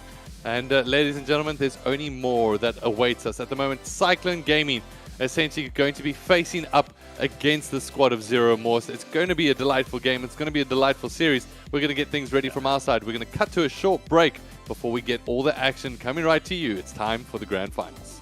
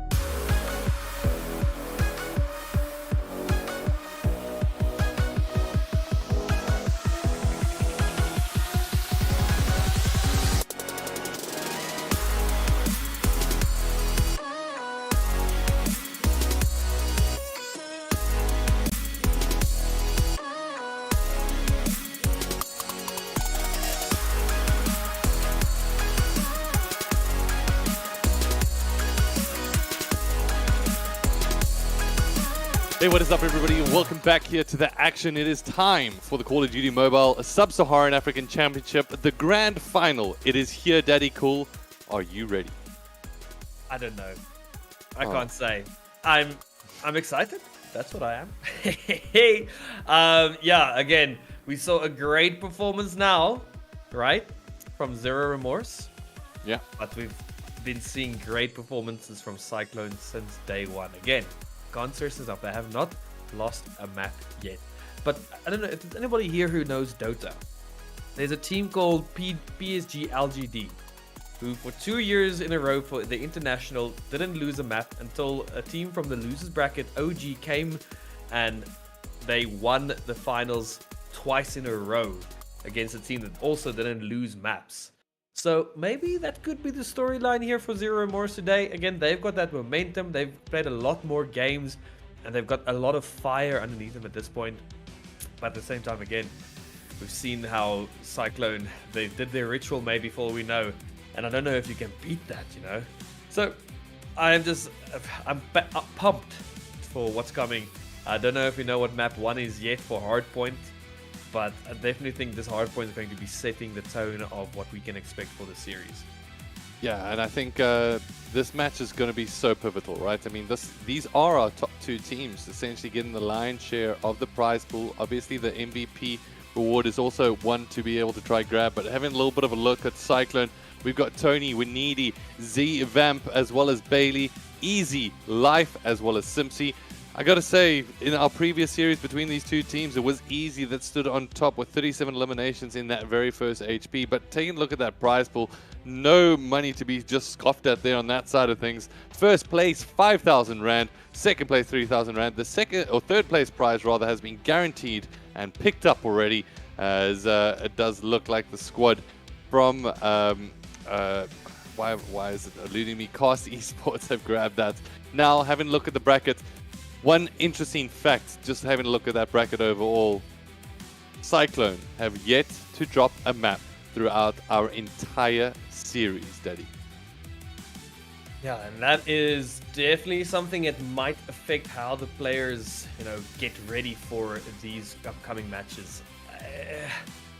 It's definitely, it's like a challenge, but this could be a David versus Goliath situation. And again, they have been warming up, they've been getting ready. And yeah, so again, we saw a great performance, and the best part is Zero Remorse didn't like slow down. They just kept getting better as each round. It was 1-0 down, and then they got 3 in a row. And again, this final hardpoint where they just lost, they took away with ease. So it definitely shows that their momentum is running pretty high at the moment. Yeah. Let's see if that momentum can carry them through to potentially, again, not only beat Cyclone once, but have to beat them twice if they want to be the Sub-Saharan Africa Call of Duty Mobile champions. Whew. Now, I mean, their momentum building up. Maybe it's somewhat of a cyclone of their own. Let's see when these two smash and collide together. Now, on the other side of things, I mean, we mentioned that Zero Remorse, they're warmed up. The Cyclone, we've noted previously, takes a little time to get going. And let's see, are they going to start this off with cold hands, or are they going to be willing and ready to go towards the fight? We're going to a good old map of standoff, HP, for map number 1. Good old map indeed. We love this map. We love to see it. We love to play it. We love to cast it. And we are starting off hard. Zero Remorse are coming in swinging. A yellow kill feed once again. 12-0 on the first point. And this is what we want to see. Again, that momentum. Momentum is such an important thing. Again, they have to keep their momentum running for 2 whole victories. Yeah, and at the moment, they're picking up some big points in this hill number 1. Now, finally, Tony picks up a nice 2-piece. Tony 2 picks up a 2-piece. Feels like a serial name at that point in time. Tony the Tiger picking up a 2-piece. Very good play here there from him. But now it's all about the rotations as they make their way towards backside of Garage. At the moment, it's going to be Simpsy on the back end, trying to be able to pick up the numbers as Ek and Josh trying to come down with a shutdown. And it's raining up in blue, so Cyclone, have they started the momentum and have they started it going? Indeed they have, it does seem, as it does look like we've got a contest going into P2. P2, one of those points can be a money farm, but it looks like Michael is also a player I do think we should be watching in today's series. He's been performing really well in the other matches we've seen him. But again, all of these players, these are the top 2 teams in Sub-Saharan Africa. And the scores are showing it right now. Once again, pretty equal.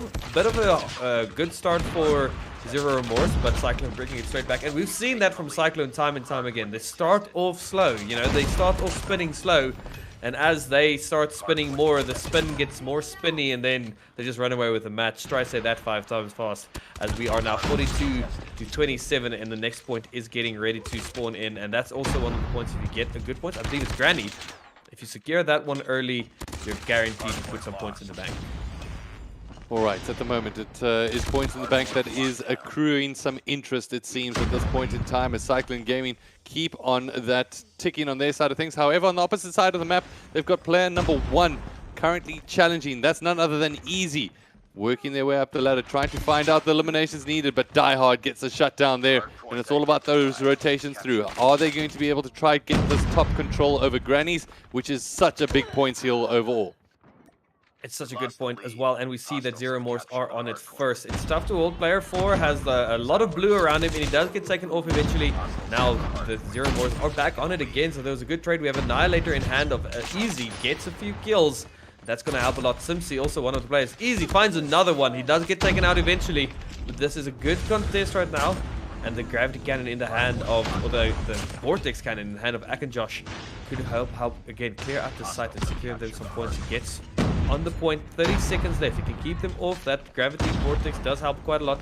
Keeping them off now, make sure that he actually gets a lot of points for the team. And again, now the lead is closing, is getting smaller between these two teams. And we see that the team of Cyclone, not Gas, Cyclone, as we're on to the next game. Cyclone is opting to rotate to point 4 early, as I know that if they can take it early as well, it's one of the ones that they can get a lot of points on. But Die Hard comes in swinging with the Annihilator. And now he's saying, you want to early rotate, we'll just early kill you then. And they are going to secure themselves a point. They take the lead here, 71 to 62. All right, so taking the lead at the moment. However, it's... Oh, Sensei. We've seen him do such crazy work. We are talking about it in the break. That massive wallbang shot with seconds ticking down in the Annihilator's lifetime. At the moment, just showing some proficient skill with it yet again. It is going to be that Instinct's Gravity Vortex gun trying to find its mark. Such a little bit of I mean, such a nail-bitingly close game of this hardpoint. Starting things off, it looks like we definitely have a game on our hands. We definitely had a game on our hands. Like we said, this is going to set the pace, and right now the pace is that these two Titans are going blow for blow for blow. No team has a clear lead, as Zero Morse right now is pulling ahead a bit, but not without a fight. Again, the points don't always tell the full story. We see a lot of players in the kill feed. Look at this shot. Simply taking that long-range fight, and they're getting ready to rotate back onto point 1. Only 11 seconds left, but now the lead is getting a bit substantial for Zero Morse. Sensei has just been performing so well today. He's also found his momentum so well. Finds another. Let's see what they're able to do here. Yeah, so Zero Morse essentially breaking away from their opposition at this point in time. Sensei, will he be able to pick up another? No, unfortunately not that time around. But it is Cyclone that needs to try to get points on the board here. This isn't a position that they're all too used to. Actually losing out in terms of an HP, being behind, especially at this stage. This is where we expect that momentum to start building for them, but it's going to be Tony diving his way outside of the hill, finding himself impacted by Instinct, who picks up 1. However, this is a good amount of points in the back pocket at the moment, as Bailey trades that one out and manages to keep those time ticking. It is Cyclone Gaming building up a little bit more momentum now inside of P1, which is usually heavily contested. Again, we've seen that they are definitely a team that once they figure out their opponents, find that chink in their armor, they really just pounce on it. And now, again, they are closing that gap, playing it really well. Simpsy, we've seen so... Again, every single one of these players is a hot contender for MVP. They're just going to see what they do to shine harder than the rest. Diehard gets on the site, and now they're going to start getting themselves some points. Not too much, it's only 5 points left. And we see that the team of Cyclone is already on the next point to make sure that they are going to get this money bank in the bag. Look at that player, so low HP. And now, he's just going to sit up here to try and clear out the site if somebody does try and push him. Oh, pre-fired there from Chaos, who seemingly read his position so well. The claw comes out.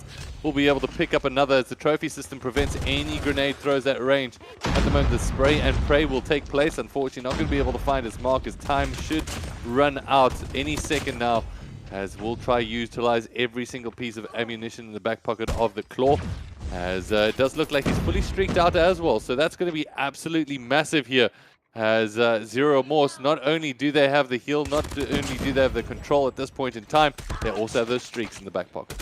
They are starting to get that comfortable lead at this point, and that is where Cyclone has to start stressing. And again, we talked about it last time we saw Cyclone, is you just want to see the gods bleed. Taking one map off of them could be enough to completely break that dominant mentality they've had. But again, I don't think they're going to be the type of team that will let that happen, as they are already with an Annihilator in Granny. Now, we know Granny is where you can find yourselves a lot of points. Maybe a bit of an overzealous peak there on the roof with the Annihilator. Does get taken out, but his whole team, they've also secured the spawn here. And this is where we're going to see if this is going to be a runaway or a very close game, this Granny. Alright, so Sensei is going to try to do a little bit of the same. Once again, going for those pot shots through the wall, not going to be able to find their mark.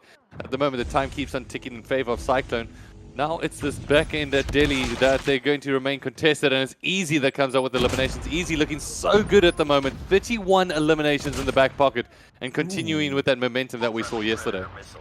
Yeah, no, Easy as he made it look easy yesterday. I distinctly remember saying that. Michael, we see, has a Predator missile also used. Michael, great sniper. We've seen some plays from him, meaning that he has a Predator missile means he's been on a good streak somewhere.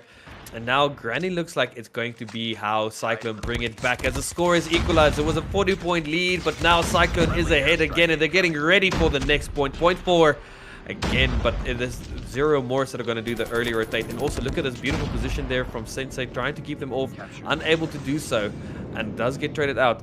But no, actually Zero Morse do take... No, they were holding, sorry. They were holding, and they're holding really, really well, as they gave the lead away, but not without securing the next point to hopefully recoup some of that lead for themselves. Alright, so now this is going to be huge. Last time Zero Morse held this hill so well. And now it's going to be down to the Cyclone Gaming team to try break it. But the spawns are so far out. On the opposite side of things, it does look like that player number 2, Chaos, gets himself into a fantastic position. Tony, however, turns around and shuts him down. Tony works their way in. Tony comes out with a cleanup. This man has just found himself in the aisles inside of shopping number 2. There was a leak, and he's cleaned it all up at this point in time. It is Tony looking so solid. Tony just made them sleep with the fishes. Pretty sure that's the guy in the Mafia that says something like that. But anyway, that Annihilator came in clutch to clear out. And again, the score, look at that, 179 to 175. Are we going to see a repeat of the previous game 1, where it's just like marginal errors, marginal difference? Again, that doesn't tell the story in the end. The team won game 1, or map 1, did end up losing our previous series. Hopefully that curse doesn't happen this time around again. But it seems here point 1 is the point we're on now. And Cyclone are not on it, but they have a lead. They're trying to find Michael. Look at this little angle, trying to spot out somebody out. But there's a claw, keeping them away, just pre-firing and hoping to just keep them off. And that's exactly what you need. You just need time. There, Michael, the position he chose is really working well for him, as he finds 2. And the scores are once again equalized. This is... oh my. Yeah, this is going all the way at the moment as Zero Morse pick themselves up time inside the hill.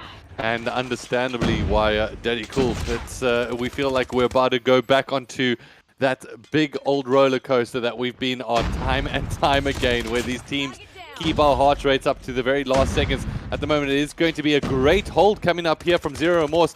The contest will need to come in as the trades come out here finally, as the door somehow gets barraged down after many attempts. They finally knock their way in. However, Chaos finds himself in a fantastic position. Zero Morse have an opportunity to break away here. It's going to be Michael in the back alley trying to work his way in.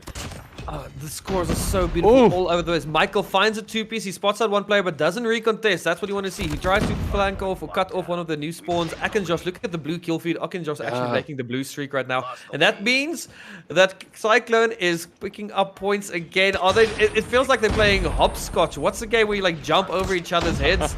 That is what's happening here. As one team takes the lead, the other one just bounces back over them. The Predator missile coming in. 220 to 215. Annihilator in the hand of Simpsy finds his first kill. These noises is all we can do at this point. This is just action-packed. This is action-packed indeed. At the moment, nobody's able to contest this top side of Simpsy, coming up with the hold and the clutch that he needs to in order to be able to get the time on the clock. They should be able to hold out and pick up this heal. They try to get the players on the low side. However, now Respawn's coming up on the top side. The clearing will come in there from Michael, and he's done so well, clutched up at the last just to be able to turn it on his head. And Simpsy currently with a 40 bomb, but it's easy leading the charge here as Cyclone Gaming, you thought they were up against the fence, but no, they were just building up momentum. I got goosebumps, Holden. It looked like we were going to see them bleed, but it seems that they have some vibranium skin or something, as they still are yet to lose a map. But again, that was the closest showing we've seen so far.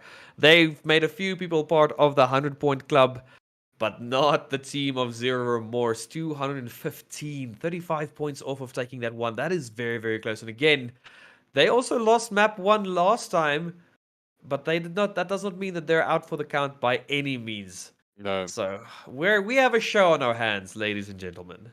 We definitely have a show on our hands, and it means that we're going to go to map number 2, which will be Search and Destroy. Last time these two teams went to Search, it went all the way. Zero Remorse is a team that knows how to be able to play the game mode and knows how to be able to slow down the pace of things. However, Cyclone Gaming, I mean, once they build up momentum, you don't think they can slow down. But last Search and Destroy, it really did go all the way. I think, did we go to overtime previously in the previous Search? I can't remember. But I do remember that Tony ended up with, I think, around about 13 eliminations in the back pocket. I think it was like a 5-5 and then they won 5-7, which feels like overtime, because going 5-5 is just like so nail-biting. But yeah, no, Search and Destroy. I hope it's for the admins assuming we can confirm the map. Hopefully, okay. I'm gonna put my money on. I feel like sometimes these top 2 teams, from what I've seen in my past, they almost don't play the maps you expect, because they know that both teams play it so well. They kind of have like these kind of trump or wild cards in their pockets that they hope will slip through. So maybe we see something completely new we haven't seen. Is standoff on Search and Destroy for Call of Duty Mobile?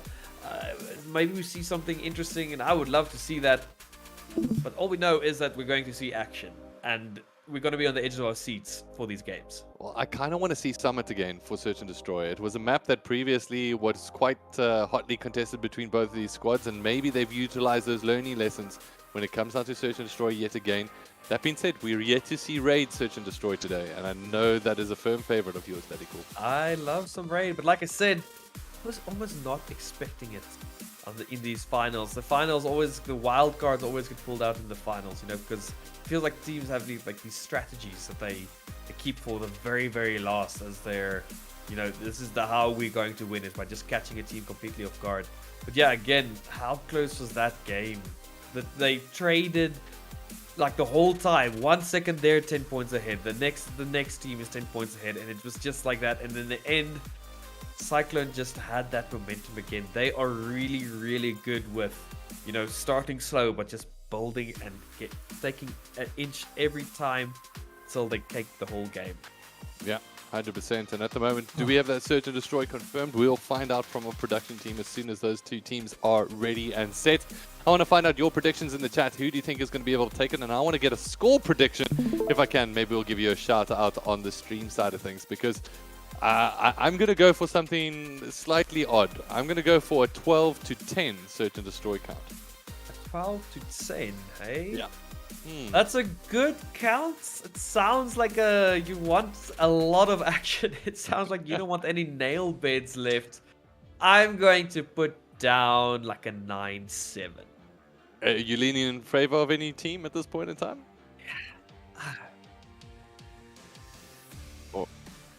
Okay, cool. All right.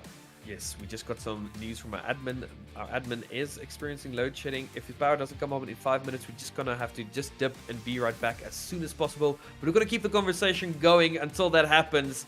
Don't just stay right there. Don't go anywhere. We'll be back after a quick ad break if that happens, which isn't going to happen right now. But we are loading into the game, and the team I want to favor is, I'm not going to say it, the cast is cursed, but it's a team that has to make the other team bleed. I feel like if I don't say the name, because we saw such a great performance from them last time, and it is on Shoot House. The good old classic, all reliable. Firing range, you mean? I believe firing it. range, yes. Guns, houses. Houses and shooting and firing all at the same time. Sensei actually opens it up against Michael. That was a battle that we want to be able to see of the sniper rifles. And once again, just in case you missed it, if there is a dip or a power outage or something that happens on stream, please let us know. Well, you won't be able to let us know. That just means that essentially the power has gone out from our broadcast team, and we will try be back as soon as possible. So you are tuned into the right place. At the moment, however, it is going to be Cyclone down with the numerical advantage on their side of things, with that of Zero Remorse showing some great movement here at the moment. We'll be able to pick up one elimination. Chaos going for the challenge. Simpsy's going to say, not going to go for both, as it's going to be Sensei on the opposite side. That gets traded out. Diehard comes up with elimination. He did well there to stay alive, but it is Zero Remorse picking up round number 1. The way Diehard played that was so beautiful, just making sure he can back up that trade, and then obviously the one player on site, he was putting himself in a position he could quickly rotate if he needed to, and that secures it. It was a 1v3 situation Simpsy found him in, unfortunately not able to clutch it out. He did play it really well though. But yeah, now again, Zero Remorse take the first map on attack. It seems that they're really good on the search and destroy attack, and we've seen them really perform here. So let's see what they're able to pull out of the bag. They're trying to figure it out, trying to see if they can get a, overextend. But just look at the discipline of Cyclone. Look at that perfect line they've almost drawn across the map there to defend with. They are not letting a player cross that line. That is beautiful. And you can almost see Zero more stressing, like, hey, why aren't they overextending? We need a pick off to find an opening. And then Cyclone is just like, we're not going to give you that opportunity. And again, that is the discipline you expect to see at this stage of play. All right. I love that discipline, as you mentioned. And I like being able to see that overview in terms of the map. But right now, with 1 minute left on the clock, it does look like movements shall start to be made. And it does look like Simpsy finds himself in a precarious position, comes up with a 1. Chaos now in a position with that bomb planted down. It is a 4v5. Simpsy will get traded out here by Chaos, who goes in wholeheartedly. And now in a make that a 4v3 as Bailey's just comes out on top of that gunfight. Now it's going to be Life that picks up a second. And now it's a 2v. Make that 1v4. And we've seen clutches in the past. Sensei, it's up to you. But that bomb is getting defused in the background. Finds the first kill, but time is running out. And that is it. I feel like these A retakes are happening more often than not. It almost feels like planting A if you... It doesn't really mean much because the retakes are so reliable to do. And yeah, that's a 1-1. Cyclone again. Not a team that's going to take it lying down. Yeah, not a team that is going to just go too easy. They will pull it right back. As soon as we feel like, you know what, there might be a separation between these two teams, Cyclone's like, no, we'll pull the ropes a little bit tighter next time around. And that's what they do. At the moment, you can see them just protecting this A site with Life as well as Simpsy on that side of things. And it seems it's a little bit indecisive coming in here from Zero Remorse, don't you think? I feel like it is. It feels like they are, again, it's about the momentum. They're trying to find the opening and then they try and, pounce on that or capitalize on it. And right now, again, the team of Cyclone aren't giving them that opportunity. But it seems now they are finally overextending a bit so that it's a 2v4. And there it's a 2v3, and we've talked about this. Do not get overzealous. They start with so much discipline, but they lose it, but they keep it anyway. Oh, yeah, indecisiveness, definitely. Maybe they should just try and commit as a 5-man and overwhelm the players, as they clearly see that the team of Cyclone isn't going to allow them to get that easy pick-off. Yeah, it's quite interesting. I mean, Cyclone, as soon as they get that opening elimination, even despite defending, they all start to walk forward. You could almost notice that every single one of those character models were just crawling a little bit further up. And it worked out for them there. However, they found themselves in a very precarious position with a numerical, I think, advantage going from 5 to 4 to 3 to 2 quite quickly. Yeah, it was a really quick. Sometimes it just feels like everything just collapses and falls apart once that first opening is found. But look at this beautiful quick scope there by Sensei. We've seen some beautiful plays by him. Also a contender for the MVP for me with that beautiful wall spam we saw earlier. Just trying to do his best with the shotgun, the sniper. And here's Michael on the sniper with this beautiful wolf-themed thing. That thing just looks intimidating. We've seen him do a lot as well. The plant does seem to go down successfully. And it's a 2v4 situation with a bomb being planted. That's going to be tough for them to work with. But again, we've seen some crazier things. But now it's a 1v4. Plant is only down now, actually. As the plant was stopped a bit earlier, at least. 1v4, and it's going to be Michael all alone. with the work to do. We've seen some fantastic clutches throughout this series. At the moment, oh, one shot will get made. Will the follow-up? Oh, picks up one. Darts back, looks for the second, and not going to be able to find it. They tie it right back up. It's 2 apiece here, with Like neither one of these teams relenting. Just like that. And again, we talk about the discipline from Cyclone, but the second that bomb was down, they also didn't peek at all. It was a guessing game for Michael to try and figure out where these players are. They were all just ready to defend that plant. And yeah, that is how they equalize it. Michael finds an early grenade. That's going to be a good, kind of a safety net for them as the defending side now. 2-2, so it's 2 rounds left before we see the switch. And are we seeing a 3-3 here on the switch? Oh, that just shows the caliber of these players and these teams. Yeah, both of these teams so solid when it comes down to search and destroy, and probably the top 2 teams in Africa when it comes down to search in their own right. At the moment, it is going to be this defending team of Cyclone Gaming that are sitting quite pretty on the opposite side of things. It's all about the attack. Can they get this bomb plant down? At the moment, there is a player, and that's none other than Simpsy, who has been prolific throughout the series. Unfortunately for him, however, he will get taken down. Now the flank is going to be able to come in here and spots out one straight away. Boom, Michael picks up that player. The second to follow up, however, misses out on the sniper shot. Will fall down at the last, and the player inside a prefab. One shot will fall down, and just like that, Cyclone Gaming take the lead yet again. They're going to want to pick up this next round just to be able to go into the side swap with the defending lead. Yeah, and again, you are on the attacking side. Having 2 rounds is nothing to scoff at. Again, attacking is traditionally the more difficult one, and I think definitely on this map it is pretty difficult to work with, as we saw the discipline, the line that Cyclone has been drawing. It's been working really well, but we see a bit more of an aggressive push. Michael finds 2, but immediately 2 dies somewhere else as well, so it's a 3v3 so quickly into the game. And hopefully the bomb planter is kind of far away, but hopefully his team is calling out. As we see, he is getting closer for that plant. And now Cyclone are probably getting ready for that retake type of play, trying to find an overextend. It's not going to be easy for them to do. Is that our admin losing power? No, at least potentially just dropping out of the feed at the moment, so we'll be right back. Maybe a good thing. Maybe a good thing. Keep us posted if the power. I was like, no, the power. Escom got us. Touch wood. Like hopefully that doesn't happen to us. We are good on power. Is the call out. So we'll be back into the lobby in just a second. So bear with us. Unfortunately, these things do happen, especially in a space where... At least it's not the last round, though, like last time, right? Yeah.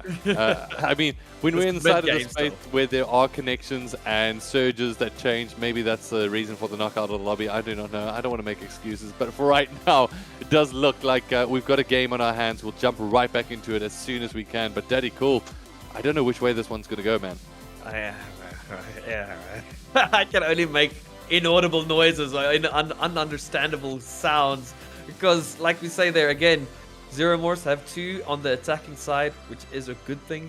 They now have to defend. Let's see how this round ended up. If there's a 4-2 lead, it's a 3-3, and now Cyclone is a team that's going to have to try and win a few attacking rounds. You called what, 12-9? I called a 12-10. I'm calling a 9-7. And by all accounts, it looks like that is where we're heading, as they are once again going blow for blow, both these teams. And we see Simpsy falling there. It's a 2v5. But again, that doesn't mean it's over. Does not mean it's over indeed at the moment, especially when it comes down to firing range. It is the clutch map itself. And Bailey's now finds himself in a precarious position. All alone, 1v5. Good luck, good sir. Falls down, and that is going to be a defending round being picked up here by Zero Remorse. Okay. Again, it feels like they win the first round of their side every time. The last time they won the first attack, and then they won the first defense, and that here they won the first attack and the first defense again. But we've also, I say this again, that Cyclone, they kind of start off slow, but once they know what to do, they do it well. And they find that first kill with Michael opening with a wall spam, as we can see there in the kill feed. Yeah. And that is the opening they might need to get that plant off. We know that the retake is a very possible thing here. As we see, Bailey's going in through prefab, gets a kill. Now it's a 3v4 situation. And the bomb is going down, and it's not going to be a 5-man retake, and that is going to be dangerous. Oh, look at Michael with that quick scope. Oh, he knows how to do the clicks on the sticks. And now it's a 2v4. In fact, what was that? Man's too fast. Man's way too fast for us to be able to keep pace with at the moment. Eventually we'll fall down there as Die Hard picks up the elimination. And with 20 seconds left on the clock, Die Hard tries to follow up with the second. However, Life is going to trade that one out. These teams will not separate. They will not take a stand away from one another. They keep on going back and forth. We're tied up at 4 apiece going into round 9. 4 apiece. Oh, we're going to be exhausted after this because these teams are just giving us all of the action that we could have ever asked for. Indeed, as at this point in time, it is going to be Simpsy. On the top side, Bailey's opens up the kill with Ak and Josh getting taken down. Tony's going to come up with the trade there on Instinct, and they really work well there as a unit just to be able to trade out those... The damage, essentially keeping your life together and then trading that out back and forth. Oh, Sensei! You absolute beauty. Managed to put the bullet through the wall, through the head, and finds his mark. The way these snipers are playing right now, and this is why I love sniping in Call of Duty. It can do so much, and it's such a spectacle to watch that quick scope. It's like a high risk, high reward type of play. And look at that slide there. Michael, stop it! Right now, he is making work for his team. Michael, you dirty player, you. Coming out with the snipe in the close range gunfight, then picks up the player at range to be able to clean it up. Cyclone, oof, if they pick up this next round, that could be massive for them. So, we continue here with Cyclone Gaming on their attack, and Michael has been prolific throughout. However, it's Simpsy working their way in towards the prefab, trying to find their mark, and we've seen him and Life just work together so well on side just to be able to pick up those eliminations. However, it's the player at range. Oh, Michael, Sensei actually picks up a nice 2-piece. Sensei comes around the corner, tries to make it 3. Unfortunately, he's not going to be able to come up with the cleanup. Oh, no! My word! These snipers are giving us a showing today. Oh, if you don't want to snipe after watching this, I don't know what you're watching. Look at that. 5-5. We have an overtime. This is what we wanted, and this is what we're getting. Well, just one more. If they try to put 6 all, I think we've got an overtime. It is first to 7. So, okay. Sorry, I'm just so excited for more action. It's understandable. It's understandable. At this point in time, I can't keep pace with the action of these sniper rifles. Their fingers are moving quicker than I'm able to just spot out a player. And that's with me being able to see them through the walls. Yet, having a look at these players' screens, it is going to be a very tightly fought game, as it's still Cyclone on the attack. Defending team is Zero Morse, and this next round is so crucial because it can take you 1 away from clinching essentially the map, and it's Zero Morse opening up with a clean 2-piece. And that is going to kind of break the momentum for Cyclone now, but 5-5, it's so close. I don't know what to say, but we see the bomb rotation going off pretty early after those kills were found. And now they're going to see if they can find a B. It is a 2v4 situation. I feel like it's tough to clutch out in this situation because these are the top 2 teams in Sub-Saharan Africa. They do not make these types of mistakes we've seen, happen, and the pressure doesn't. I feel like what sets the best, the great apart from the best is just your composure, your ability to keep your head level in these stressful situations and keep that discipline. And right now, just look at that line. Again on the mini-map, they're not extending. Zero Morse is not giving them an inch right now to get that plant off. They give the call out of the positions, and this is going to give Bailey's a little bit of room while everybody's looking in a different direction. I love this play here from Bailey. Spots out 1, will come around the corner, knows that there might be a player in prefab, comes up with a second, brings it down to a 2v2 situation here at the moment. 27 seconds left on the clock. The rotations are going to need to come through. It's Simpsy with the bomb in hand. However, on the opposite side of things, will they go for the bomb? Simpsy, not spotted out just yet. Simpsy on the bomb, turns around. The player needs to come up with the trade here at the moment. It's Bailey's who jumps around the corner, and Ak and Josh comes up with a cleanup at Zero Remorse, shooting some bodies and showing no love for the Cyclone Gaming team.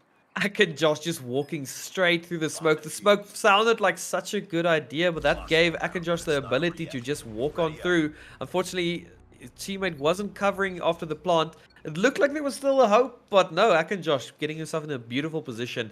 6-5! 6-5 indeed. Cyclone Gaming, the pressure is now on their shoulders as they've got an attacking round to try secure here. And they found it difficult going, but the door gets opened wide thanks to Michael's quicks. scope down the right-hand side. Not spotting out any. Oh, Sensei right back at him. Sensei gets traded out as Bailey's. However, Life loses his as now Josh picks up a second. Is Simpsy falling down? Is this falling apart here for Cyclone Gaming at the last? It's going to be Tony on side of the bomb side. It's the players inside of the prefab as well. Josh finds himself potentially going to be able to trade this one out. Josh spots out 2. Chaos works their way in. Chaos finds himself up against the back foot. It's now a 1v1. A 1v1 for overtime or bleeding. Tony comes out and comes out clutch when he needs to. There we go. It's Cyclone Gaming. We're going to overtime, ladies and gentlemen. We're tied up at 6 apiece. I could only watch in silence there. I had to just enjoy the moment, and there we have it. Finally, we have overtime now confirmed. My word, they are not. None of these teams are going out without a fight. Tony, he just did it for his team there again. They are giving each other high fives. They're holding hands, spinning in circles, doing cyclone things probably. And yeah, now you need to win 2 rounds if you want to win the match. And Simpsy, and this is also a swap now, so Zero More is back on attack. Yeah, just as soon as you feel like you're building those attacking momentum, they trade out 1 for 1. At the moment, it's going to be Simpsy that falls down on the site, and that's going to be Zero Morse up with 1 player. And that might give them the room to try and make this push on the A site. You can see Life, a little bit of an overextend here. Life spots out the 1, will give away his position here. Giving away your position, you know, it's good. Oh, Michael! How many kills do these snipers have? Michael on 16 and Senso on 13. They are working so hard for the teams right now. You can't but just be in awe of watching snipers play. And it is a 3v3 situation. And the players are kind of spread all over the map. The bomb might be overextending a bit for my taste.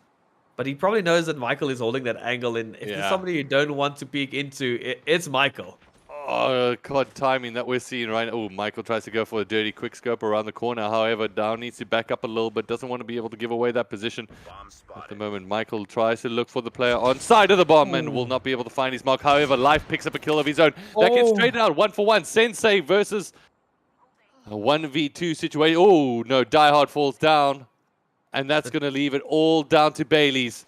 He managed to pick up a 2v1 a little bit early on, but it's Sensei trying to find his mark. Bailey's works his way in. Bailey's finds a player on the bomb site, but it's going to be Zero Remorse that win the attacking round. And is Cyclone Game going to take it this? I don't know. I don't know. So much action. It's so tough. I just want to point out the way that Michael is playing, the way he's so decisive with his movements. He takes a shot, immediately repositions, tries a different angle. It feels like he always knows what he wants to do. But yeah, let's get into this round. It's 6-7. It's a 5-5. Nobody's down yet. Some damage for Simpsy. He's made it into prefab, which is where he might want to be. And Instinct is looking backwards, but that means that Sensei gets a 2-piece onto Michael as well. Could this be it? I'm not going to say anything. Oh, Sensei! 3. Is he going to get the ace? Might as well at this point in time. Spots out the player across table. Simpsy, however, picks up 2. Josh is going to be able to trade that out. Now we're down to a 1v3. Life playing for his team's life in terms of this map. Oh, and he's got a lot of work, but he is trying to find a straggler, if you will. Ooh, somebody's behind him. Maybe he gets called out. We can see a few things on the minimap. He finds one. Okay, now it's a 1v2, but look at how they're playing together. And again, this is what you want to see. If you are in a 2v1, don't make it 2 1v1s. They're both inside prefab. They know where the bomb is. They want to make the gods bleed here, ladies and gentlemen. As there's only 40 seconds, a lot of time to work with that Life has. But again, he has to kill 2 people. Tries to free aim, get the wall spam there. But now, crossfire! They played that so well. You take this side, I'll take the next. It's Zero Remorse that are fighting their way back in with their last life in terms of this tournament and this series. We're going to go to control, ladies and gentlemen, with Zero Remorse taking the very first map away from Cyclone. Has the momentum of the Cyclone dissipated? That is the question.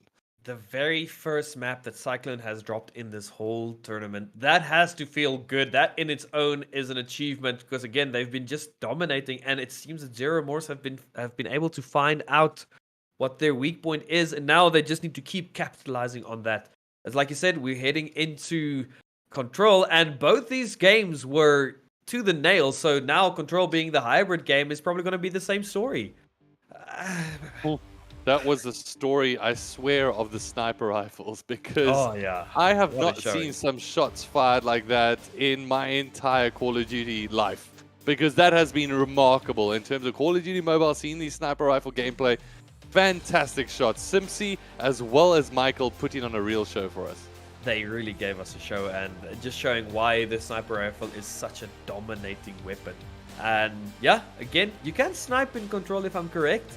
Don't know if it's always necessary, but oh, you cannot. Okay, so only in Search and Destroy can you snipe, unfortunately. So we're not going to see that much action, but we will again, because I got a feeling we're going to see some more Search and Destroy. I see it's going to be a 3-2. I don't know to who, but yeah, and again, if it goes to the team of Zero Remorse, then they're going to have to climb that whole mountain again. Yeah. And that's going to show if their mental fortitude is strong enough. And it's all about mental fortitude when it comes down to the grand finals. And now we wait to see what map we're going to move across to in Control. I'm kind of hoping that we'll go towards Raid at this point in time. But we're waiting to get that confirmed. Will we see a couple of substitutes? I mean, from Cyclone's side of things, they actually replaced Easy in map number 2 with their Search and Destroy players coming in. Now coming back into Respawn, will we see the return of Easy, who actually opened up with the most amount of eliminations on the team?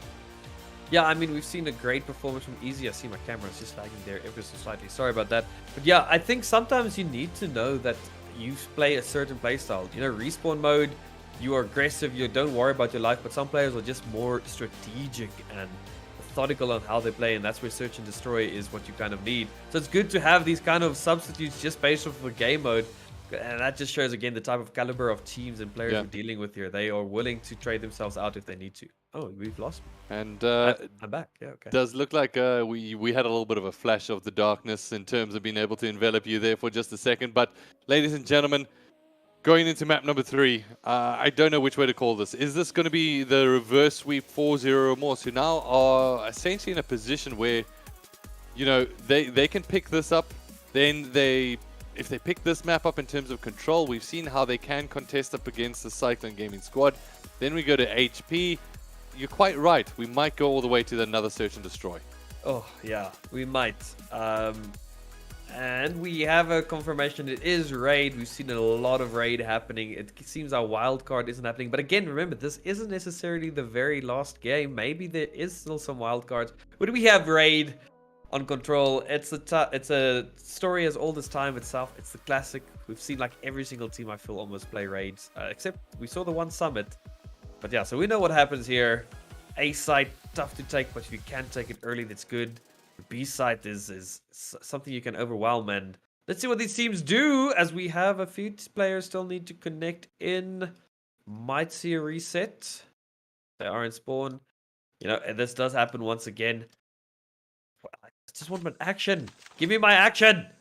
Ah! Yeah, at the moment it does seem like Bailey's is having a great time with that wall at the moment. As it does look like we'll have a little bit of a reset.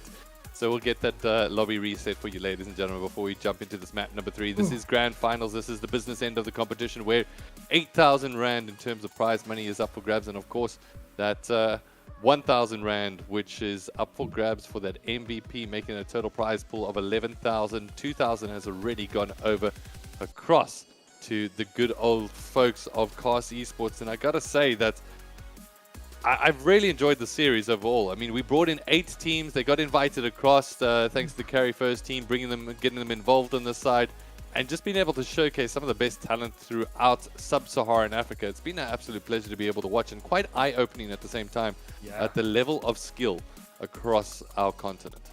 Definitely has. Like I said, it's beautiful to see Call of Duty Mobile, how the skill translates. It transcends platforms, because the way Michael is sniping, the way they're drawing lines on the map, the way they're covering each other, it's a universal language, esports and competitive gaming, and it is just a beauty to watch as these players are getting ready now for the Control again. And I love the variety of game modes. It really gives different players different times to shine and their play styles. it's been so great. I can't wait to see the next tournament and just see it grow and keep on growing from here, man. Yeah, and I'm sure it will. I'm sure we'll be seeing more of you when it comes down to the Call of Duty mobile scene. I know a lot of you are itching to be able to play and can't wait to be able to get into it. But I do believe, do we have all the players inside of the lobby on that side of things before we jump on in? And we are loading right back into map number 3. It is going to be some control action, and we are going to raid. Woo. Let's get ready. At least we get a bit of a breather, because again, these games are just action-packed. Like there's not a moment of silence as everybody's looking at in the wrong direction, and now they're ready to. That's the way you want to look, and they're getting ready for this game. 2-1. Let's see how it starts off. All right, so at the moment it's going to be the start off, and last time we saw Cyclone Gaming opening up the rounds with just such proficiency when it came down to control, and it was the very same map of raid that we went to previously. Now, has Zero Remorse maybe learned a little bit from that previous match? We're going to have to wait and see, as for right now it's going to be Die Hard falling down inside of the map. It's Easy right back in and making it look exactly that as he jumps on into this game. Easy is definitely the player they just send to go and kill people, just to keep them at bay, as they are pulling away with the life lead. 5 kills ahead already for the team of Cyclone, and 0 ticks to be going down. Look at how they are being all forced into this one building. They're trying to again find that opening so they can try and make a play from there. But Simpsy, and look at these angles that they are holding. Yeah. There are going to be trades happening, and this is... Oh, okay. First kill down now so far. There was a trade there somewhere. Peeks out, but there's a player behind you. That is Simpsy. Look at that discipline. He doesn't peek the window. He knows if he just stays there, prevents them from pushing, they can't get onto the site. And now 0 ticks and 15 seconds left already. They're such a good team at control, and they make it so difficult for their opposition. But at the moment, Sensei opens up a gap in the armor of the Cyclone Gaming team with a 2-piece, and now trying to work his way in towards the kitchen side. Will get cleaned out. At the moment, it is 11 seconds left on the clock. They don't go for an overextend towards B. They can full commit towards A at this point in time. And Ak and Josh is fully forward on their side of things. Now it's about B ball. Will they be able to get inside to be able to pick up the tick? They need this so desperately. Chaos is on the opposite side of things. Still has a Predator missile to be able to work with. However, the eliminations come in, and it's not looking good at the moment, but they do come out with a hold on the opposite side. They jump towards B, and finally the Cyclone looks like it has been split between 2 points. There is still, I believe, a score streak in the hands of Chaos to be able to utilize, and this could be pivotal. There was so much time bought for them, but is it going to be enough? He's holding it again. The timer is just on freeze right now. Chaos! He gets him off the site, but it's still just a contest. He's unable to get a tick. And there it goes. It looks like B might be in the bag with only 1 tick on A. 10 seconds left, but that was the longest 10 seconds of my life. Whoa, that took a long while indeed. At the moment, it doesn't look like there's one more life in the back pocket of this Cyclone Gaming team. Down to 75. And inside kitchen, the hold is going to be so pivotal. Will they be able to make their way in? Wasn't Cyclone on like a 10 health lead? My word, the way that Zero Remorse are able to keep their composure, bring it back. 3v6, 3v5, 3v4, Michael! But there's only 1 tick left on A, but they're not going to give that tick away easily. No. Players on top of head glitch, but it's the player Chaos that finds himself once again playing the pivotal role. It's a 1v3. Michael with it all to do. Needs to rotate towards Cash. Gets spotted out. Michael falls down. And just like that, Zero Remorse turned this one on its head a little bit. They were up against the wall and somehow clutched their way through to be able to pick up that first round on the attack. Now we change sides, and Cyclone Gaming, it's their turn to try do the exact same. We are in for a game once again, no doubt. Look, that's showing 10 seconds left and you just don't give up. That is the mental fortitude. That is the mindset of a champion team right now. Zero more seem to have what it takes potentially. Now, they're on the defending side. Simpsy going through laundry here to see if he can cut off a few rotations to get those early points up. Finds one, finds a second, maybe a third. So close. Sensei on 1 HP. Sensei pushing on 1 HP. Now, that is some energy right there, but B is going to fall early. Like we said, Cyclone is so powerful in overwhelming that B site early, and that might be beneficial for them as they now have 2 minutes to get A site. 2 minutes indeed, and one of the biggest things is that you want to control that top kitchen / cache at this point in time. It's going to be Simpsy on the low end, brings out the Annihilator and says thank you very much. Picks up the player through the smoke as well, as at the moment it's Simpsy making his way in towards B-Ball. Will clean up the staircase as well. Nobody else wants to challenge. They're like, no, we're good. Oh, Simpsy, you beast. From range, being able to pick out this opposite team. And at the moment, it's Zero Remorse looking like momentum has clearly shifted away from them. Just the way that they're able to keep Zero Remorse in their spawn. I know it was a close first round, but this attacking power from Cyclone is immense. They have built up a lot of momentum. They're heading into land to cause some havoc right now. Chaos finds a player in the water, does it eliminate them, but it's a 17-8 disadvantage right now, and a minute and 20 seconds. No ticks yet on A. Instinct has the Annihilator in hand. Akinjosh finds one in bank. There, Simpsy actually doesn't just instantly go for the trade. He waits for a player to push in, finds two. This is so beautiful to watch. Simpsy trying to spam into Tiki, doesn't find anything. Now it's a 12-2. Yeah. Oh. That's not going to look good for the Zero Remorse team, who find themselves on the back foot. It's Instinct inside of Tiki, and it's feeling really hot. Might need to dive in the pool any second now, just to be able to cool down a second. But it does look like he'll have an opportunity to breathe as we swap sides. It is going to be tied up at 1 apiece yet again, and looking much more like a cleaner attack from the Cyclone Gaming team overall in comparison to their competitor in the previous rounds. Yeah, I mean, again, it's about the play style and everything, and it just seems that Cyclone is so good on playing on that offensive. And right now, but it seems like Zero Remorse are going to show they're capable of that type of aggression, as well as they're pushing straight through mid, trying to find that clearing so they can get themselves some ticks on the board. But right now it seems like Cyclone is drawing a line on the map again, not really contesting mid, just making sure there's no ticks on sight. One player has to go against 5. He gets started off there. We see on the mini-map. We have an Annihilator in hand for Tony. Finds 2. That is going to slow down them a lot. And that's a big... No, not a big life advantage right now. A bit of a blurry screen for me right now. But B is completely overwhelmed by Cyclone. And we Instinct here in the middle, surrounded. Oh, he's in a dangerous place. Finds 2, though. Wow. He doesn't care. He's in the wildlands. He's a lion in the park, and he's bouncing. But he does get taken down eventually, as the team of Zero Remorse is trying to get onto A.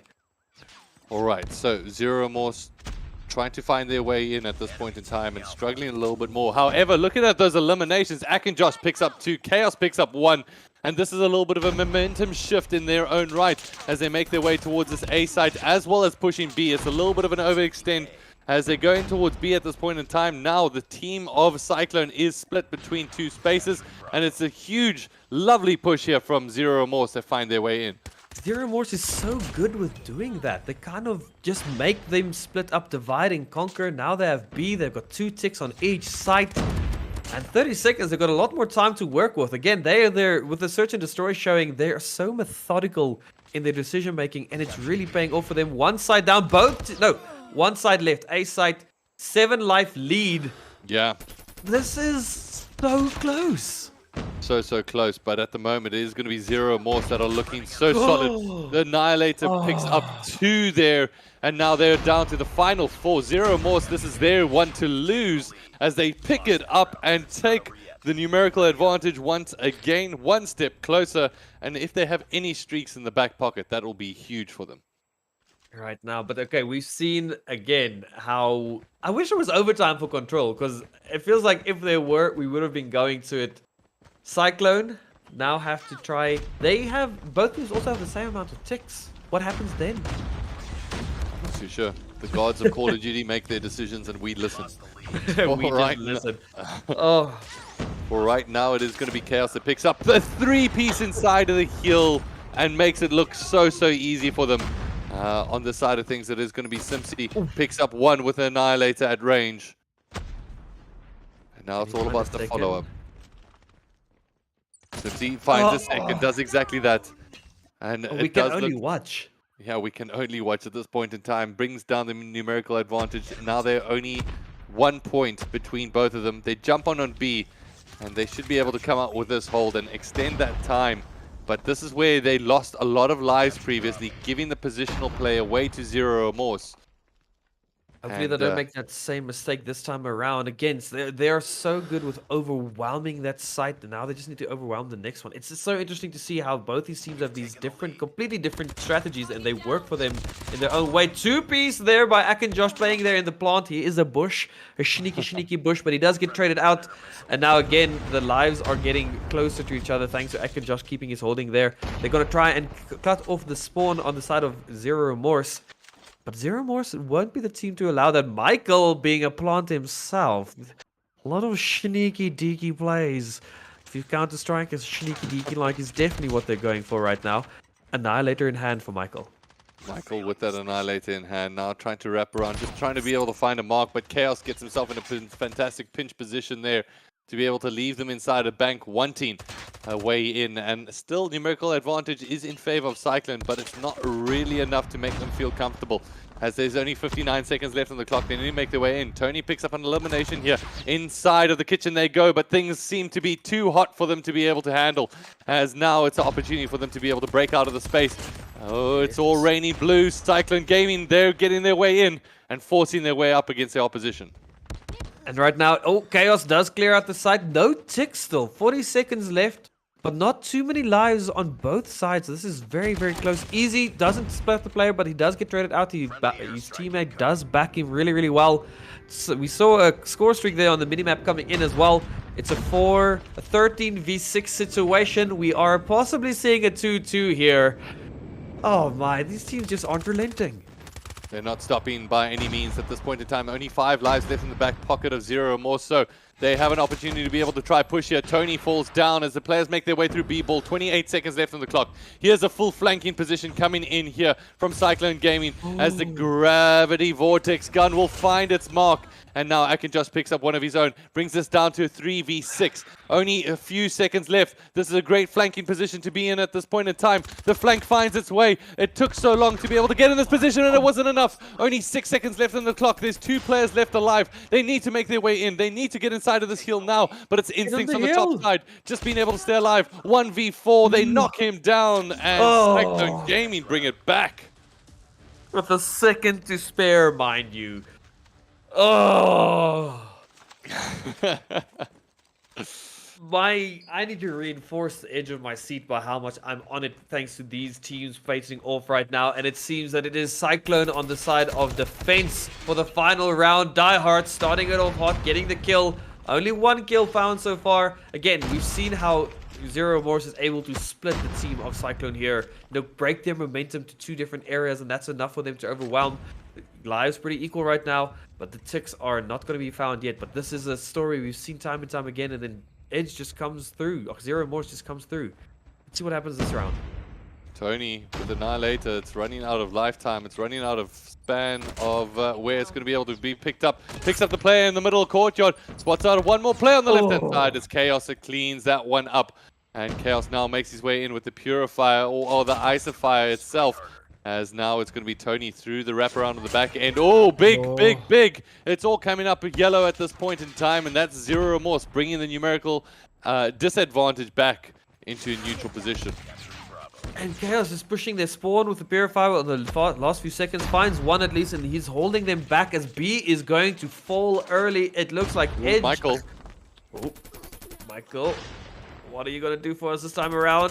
Instinct keeps him off. B is gone. And this is the first time we've seen Zero Remorse able to bring a lot of energy onto that B side. They now have a minute and a half to work with to get A.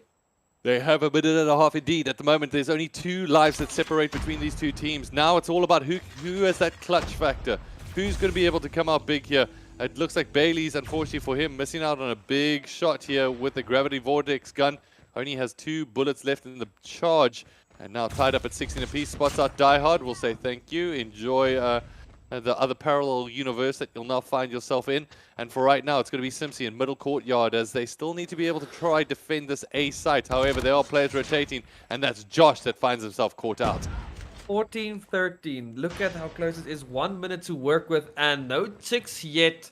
Cyclone in a good position, but it's not over yet. We see this flank getting shut down by Simpsy, and now he has the Annihilator on their flank. Finds 1, finds 2. Breaks a bit of momentum, a lot of momentum probably there for for Zero Remorse, and now 13-9 advantage of life. There's a score streak in hand as well. Oh my, what a showing. What a showing indeed at the moment. Simpsy actually loses out to Josh there. 2 shots from the Annihilator. Instinct finds his mark. Brings us down to a 10-9, 17 lives left. It's going to be a manic finish at this point in time. It is going to be the squad of Cyclone that keep them pushed further and further away. Michael comes up with some clutch shots of his own. Brings it down to a 6v6 or 8v6. This is almost like a search and destroy at this point in time. But there's only a little bit of time. 1 second left on the clock. They need to be able to clear this out. Simpsy finds a way in, but it's going to be Diehard that tries to come up with a trade. Diehard comes up with the kills. That's a double. Now brings us down to a 4v4, 4v3, 3v3 at this point in time. They're still inside of the hill. And now it's all about the players coming through the follow-up. It's Tony that finds himself taken down. It's going to be Zero Remorse, but it's a 1v2 clutch, and it's Zero Remorse that come out with the win. Did we just watch? Oh my goodness. Oh my goodness. Zero Remorse coming out when they needed to. They got the eliminations. They came out big, and they will not slow down. We are going to a map number 4 of Hardpoint. And oh, Cyclone Gaming are not happy. They have just dropped their first 2 maps ever in the series. And a huge performance from them with Chaos yet again leading from the front with 38 eliminations. 47 on Simpsy as well. Definitely doing a lot of work for his team. I have never seen something that close in my life. 1 second. 1v2. 2-2.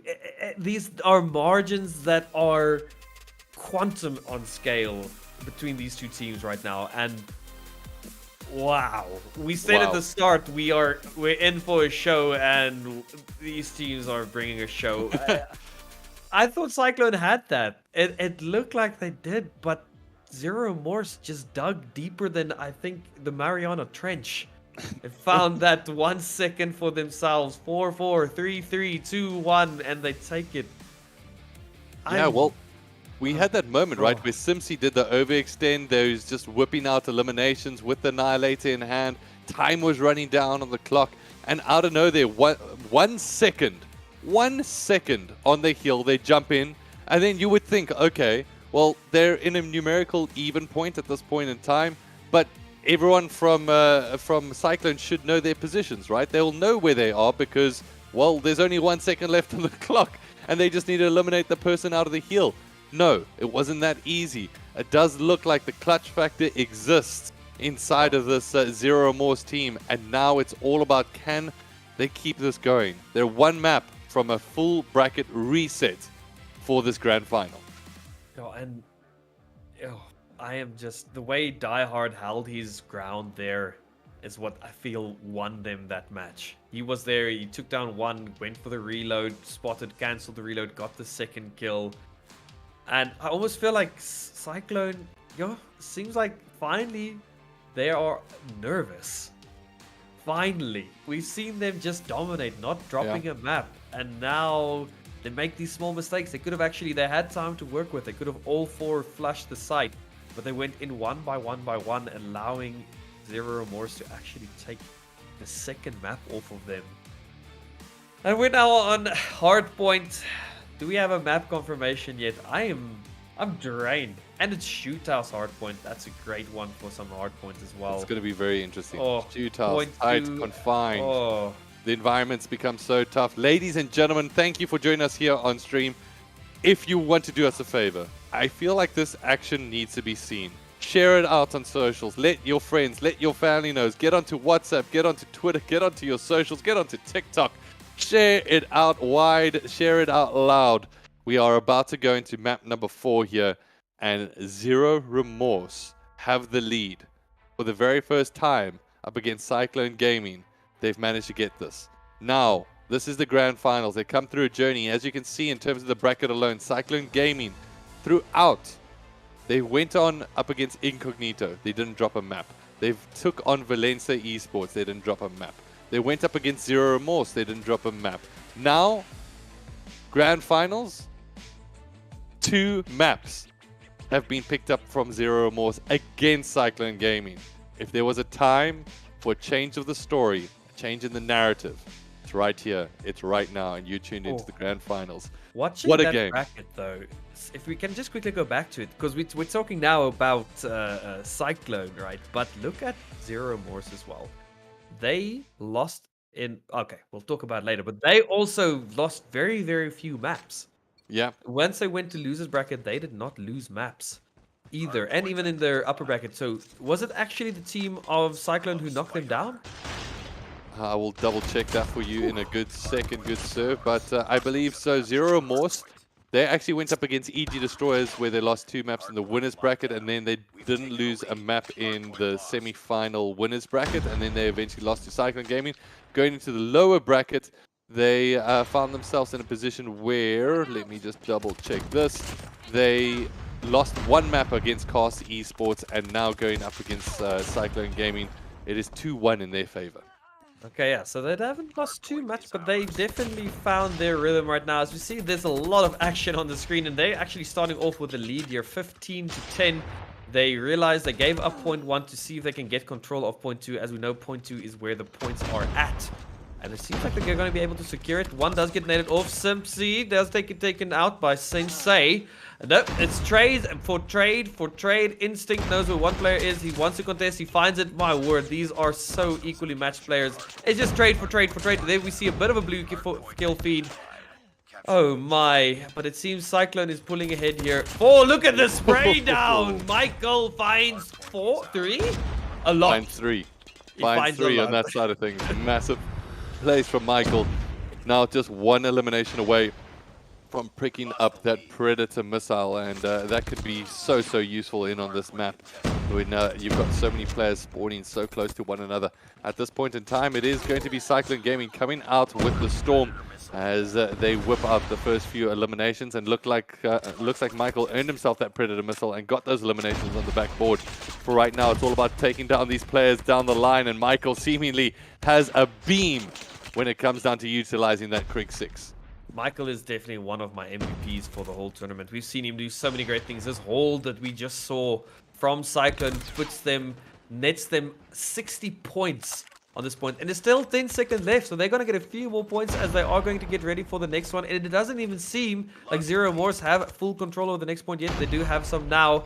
But will they be able to score 70+ points off of this one? It's going to be tough. It's not that type of point. But here we see Michael in a good position to find one, but does get traded off at least. Oh, okay. Zero Remorse on the site now. Zero Remorse on the site indeed, as at the moment it is going to be Cyclone Gaming that essentially push them away and take control. And unfortunately for them, not being able to take top control, which is such a pivotal point in terms of this map, especially when it comes down to rotations as well, just being able to make your way through there and be a little bit of a nuisance for your opposition. At this moment in time, though, with around about, I believe, that is 71 or 79 points difference. I don't know. My math is bad today, man. Why? I think my brain is fried. Yeah, well, watching all of this action will do that to your brain. It's a 70 point on the dot right now. And, okay, so they got a good lead and they're taking control, but Die Hard is not going to allow. Look at that yellow kill feed. The kill feed is like RGB at this point. It's just flicking between the 2 colors. And, okay, so we have control is going to go towards the team of Zero Remorse for the next one, but they actually lose a lot of points again. They are now 70 points behind. First time we see them not be that close. And this could be Cyclone finding the momentum that they know that they have in their pocket. We find Easy with 1 kill so far. Might find a second, but Sensei says no. As the score streaks, or no, the trophy systems go down here. And again, Cyclone are on the point for some points. It's looking good for them at the moment. Really looking solid for Cyclone Gaming at the moment as they build up this differential time and time again. It seems like this seems to be their map of choice. Shootouts, let us go in firing and play Respawn as hard as possible. It seems like it plays right into their hands at the moment. It does look like, unfortunately for Tony, not going to be able to find his mark there, but it does look really a bit of a demotivator here if you're a Zero Remorse fan. It does look like things are heading towards them, maybe only finding themselves in the 100-point club. I'm not counting them out just yet.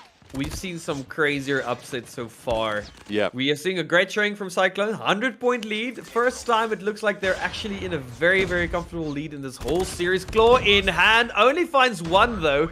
That is not what you want to see with that type of weapon in your hand. And Bailey is now controlling this point, and they are getting flagged from both sides. Bailey finds one, not able to pick up the second. And now it is again Zero Remorse on getting some points. Will they be able to get enough to make themselves feel comfortable? No, it is back to the control. The control is back in the hand of Cyclone. They are really, this is their map, ladies and gentlemen. Man. This is definitely one of their maps. I mean, at the moment, they're just holding point after point, rotating time after time. And that's one of the things. I mean, playing Shoot House Hardpoint is like playing like any hardpoint mode on fast forward. You need to make sure that you are playing it as quick as possible, thinking about rotations. And if anything, it shows you cognitively how quickly these players can think from rotating from point to point. There's no reset. They know. It's almost instinctual at this point in time over what they need to be able to do. Yeah, they're like pigeons or something. They see the world in slow motion clearly, because holy, they are just on something. They have G Fuel. They've got something they're using. And right now, 183 to 48, a very, very big lead for Cyclone. As we're going back to point one, the point where we don't get too many points usually, as point two is where you want to be. Look, Cyclone is Zero Remorse is already on point two. Like, there's 2 minutes left on, a whole minute left on point one. But no, they know if they want to have a chance to bring it back, they need to be sure. But nah, Tony Oh, finds three, Annihilator in hand, 1, 2. Oh. Nah, just the one. Getting shut down. The spawn is being secured at least for Zero Remorse, but they are giving up a lot of points and making that gap wider to try and secure this next one. Yeah, that gap does go wider and wider. At this point in time, it's going to be Chaos that tries to hold down spawns for next, and just going to be able to try to pick up this position. Oh, 1 piece, 2 piece, 3 piece more. At the moment, Sensei is going to be the player that shuts him down, and now they're only 56 points away from taking this one. Honestly, my maths today is feeling that so was on slow. point. That was it was on point, answers. but oh my goodness, it took me much longer than it should have. Easy with the 3 piece of the Annihilator there in the kill feed. That is going to be how you break 4 piece for easy. That is how you're going to break the will of Zero Remorse for the first time. Again, this is the first time we've seen the dominating showing that we've seen Cyclone be capable of. And 206, 43 points off the win. Chaos gets taken out by Easy. Easy right now is once again making it look easy. Also one of the top contenders for MVP. He has the Predator. And we are going for game 5. He's right. At this point in time, game 5, Search and Destroy seems inevitable. And what map that will be, we can't wait to see. At this point, it doesn't look like this crew from Zero Remorse will be able to turn this around just with the amount of time on the clock, and with, to be honest, the way that this team from Cyclone Gaming is performing right here, right now. I think Zero Remorse is going to be very, very grateful that the game mode will slow down when we get to Search. Yeah, definitely, because Zero Remorse, they do shine there, but when it comes to action, that is definitely where Cyclone shines. And 228 to 71. Again, we saw Michael there clearing out his side, clearing out the rotations. Tony sliding down, finding another kill. And the points are ticking on and on and on in favor of Cyclone. And Cyclone have this one guaranteed in the bag. Oh, it is. This is what you expect from. Oh, Josh. Doing some work inside the hill, getting the blood flow going at this point in time. But it is, like you mentioned, what we expect from a final, going all the way to the map number 5. And it does look like it's going to be earned in the next couple of seconds. The briefcase comes out. He says, bing, bada, boom. At this point in time, it is 1 point on the clock.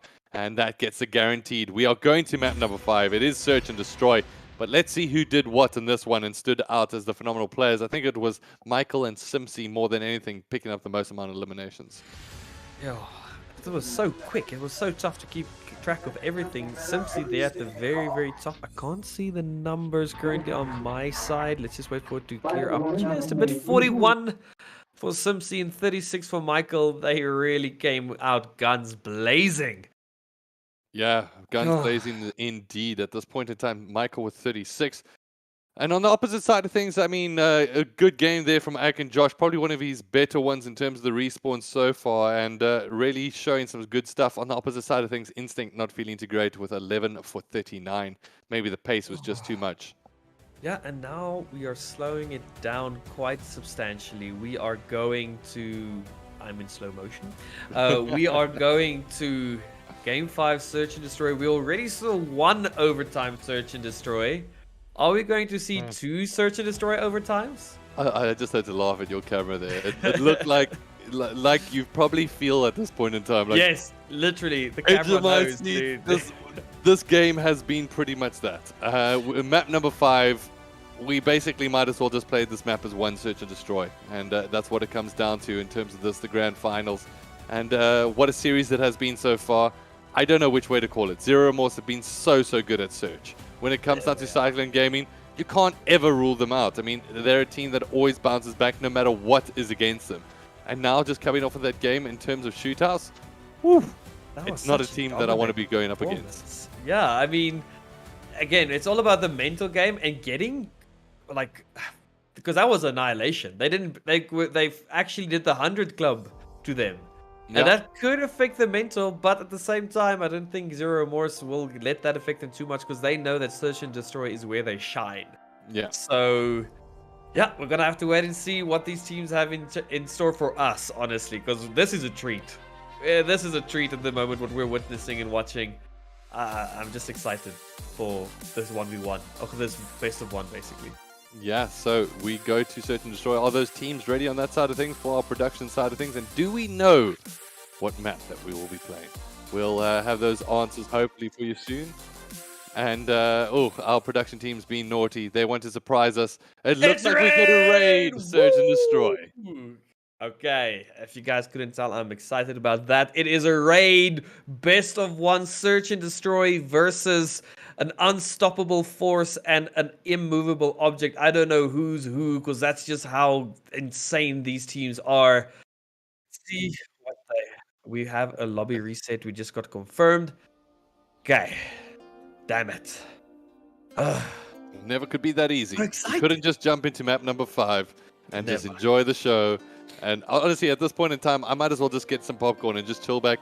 Guys, you need commentary at this point because we just want to watch. We want to see what's going on. But don't worry, we'll be here for every second that we need to. I hope that you guys have all been enjoying the broadcast so far. We certainly have from our side of things. Daddy, cool.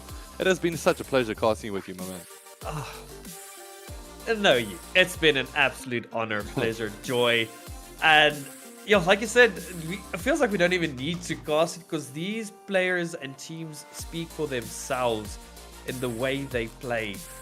And it's honestly, it's just an honor to be able to cast this type of action right now. The first Sub-Saharan Africa Call of Duty Mobile tournament. And again, if this is the first one, I don't want to know what's in store for us for the second, the third, the fourth. We've got a lot more edge seating waiting for us, let me tell you. All right, a lot more edge seating at this point in time. We might as well build a chair on our chairs because that's how these things are going. So, does look like the teams are just about ready, I believe, from our broadcast side of things. We'll just wait for their confirmation before we jump in. But as was the surprise, we are going to raid, search, and destroy. And I'm looking forward to those mid-map engagements. Which sniper is going to assert dominance? I don't know if we're going to see that much sniping, but though again, both Sensei and Michael are so good with it, like why not?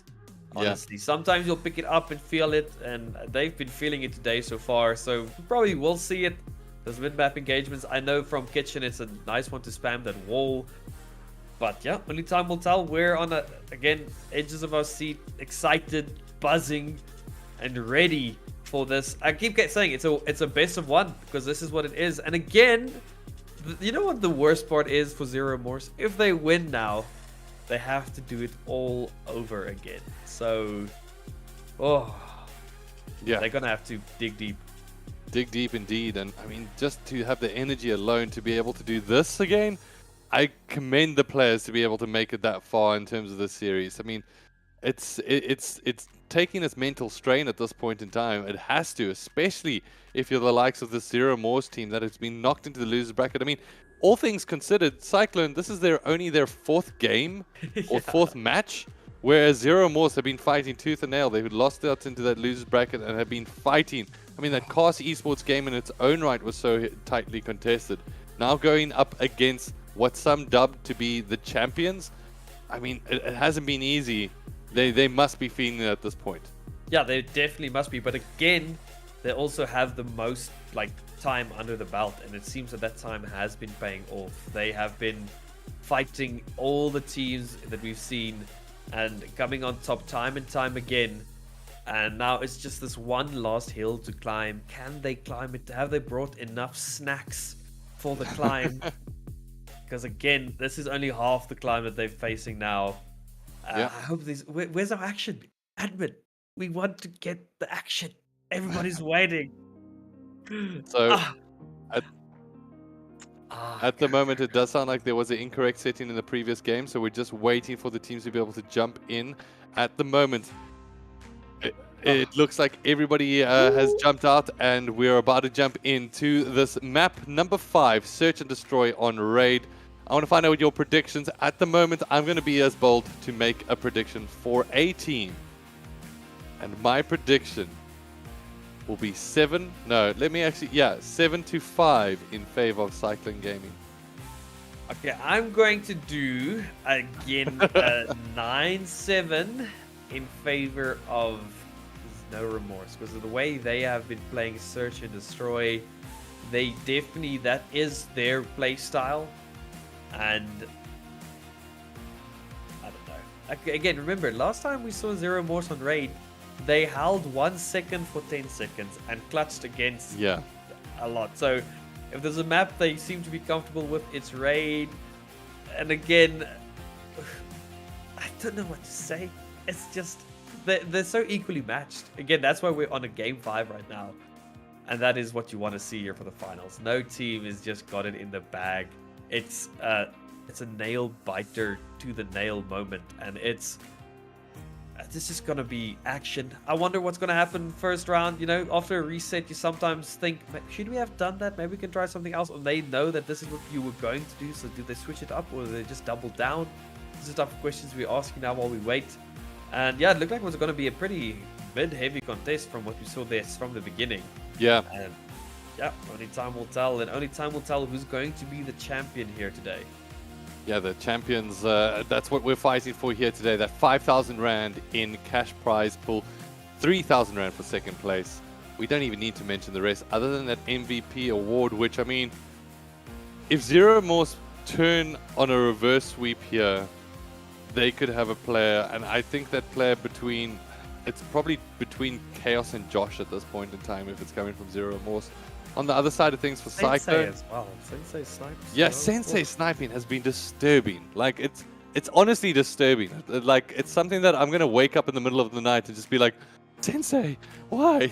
This freaks me out Cold completely. sweats. Just cold sweats, just thinking that Sensei is watching me with a sniper rifle from somewhere, because some of those shots that he gets is just so good. On the opposite side of things, Simpsy, I think, has been such a standout player for Cyclone. Michael as well with the sniper rifle shots. And Easy, we mentioned him previously. Yesterday, Easy was shining. Today, did so well in that map number 1. We'd like to see more of it in map number 5 here for the Search and Destroy, now that I believe he will actually be playing in the Search. See, the chat is saying Simpsy MVP. My MVP personally has been Michael. Wait, who got the crazy clutch? I believe that was Michael. I believe it was Michael, and again, he had the 1v4 clutch with the sniper. How can you not root for the man after doing that? But also Die Hard holding on for his team there on the control. So like, honestly, every single one of these players are MVP worthy, because every single one of them has shown up at some point today and during the whole tournament. And yeah, that is it. We are ready for maybe the finals, or maybe not. We have to wait and see. You guys are just as in the dark as we are. All right, so at the moment, it does look like we've got predictions coming in. Iris COD Mobile saying 7-3 to Cyclone. JH Stoltz saying 7-5 to Cyclone. And Falcon saying 7-4. I'm not too sure to who, but at the moment, it's going to be Simpsy that opens up with the first blood and gets Cyclone moving. Cyclone moving indeed, and usually they play from the back, but if they play from the front, you might be in danger. Sensei, you're trying to see if you can find a pick in mid. Simpsy is close mid, he doesn't know that. they're not going to be able to get that bomb planted as Cyclone is actually on the offensive, pushing far past, finds one, and it's a 4v2 already, but now it's about that discipline. Don't overextend. You have them at the numerical disadvantage, and you can't afford to make mistakes, and I think that's been made very, very clear. Made very clear indeed. At the moment, it's going to be all down to the last play here. Instinct needs to pick up the bomb. 1v4. We've seen it happen on Raid previously. And Instinct picks up one, brings us down to a 1v3. The players on the map are not working well enough yet, but Simsi is in the right place at the right time. And it's a defender side, so, you know, it's to be expected. But usually we've seen Zero Morse take the first attack. So, I mean, if that's telling something, like you said, I just want popcorn. I just want to watch this because, my word, they are here. Look at this. That slide is going to keep him alive. Michael! Oh. How did he do that? How did he do that? Mid-momentum slide, picks up Sensei and picks up the elimination there. I mean, the skills that we've seen from these players, Michael, oh my gosh, just stop. Just stop. At this point in time, takes down two. And it's down to a 5v3 situation with the bomb yet to be planted here. Michael doubles back and gives the call-outs that players have made their way towards A. Yeah, Michael did a lot of work for his team there, getting Sensei and another player down. That puts him in the 5-3. It's interesting to see that Zero Morse actually made it so deep onto site, but they aren't able to plant the bomb, knowing that Michael is just there, just lurking, waiting to snipe them, and he's looking at this bomb. He's unable to stop the plant, but 5v3 in that basketball. Oh, Michael! That's a 4-piece for Michael that round. Wow, Michael, the snipes have been stupid. They've been ludicrous. I don't have words to describe them. I mean, Michael just... Donkulus lickus. I don't know. We need to... Whatever that is. Put that in a box. Fusion hard the words, yeah. And send a congratulations letter to Michael saying, well done, you are ridiculous. Because at this point in time, I can't. How is he pulling up these shots? It's beautiful. Mental. That's another 4-piece for him to his name. It's just a lot of solidifying his MVP status for me. But yeah, let's see. It is now around 3-2-0 advantage to Cyclone. And this is again Cyclone or... Simsi! Okay, Simsi! Okay, he just wants to make it clear that he is also an MVP contender. Whatever you can do, Michael, I can do better. At this point in time, it's going to be chaos in top window. Simsi says, here's my 4-piece. Simsi with a potential ace here.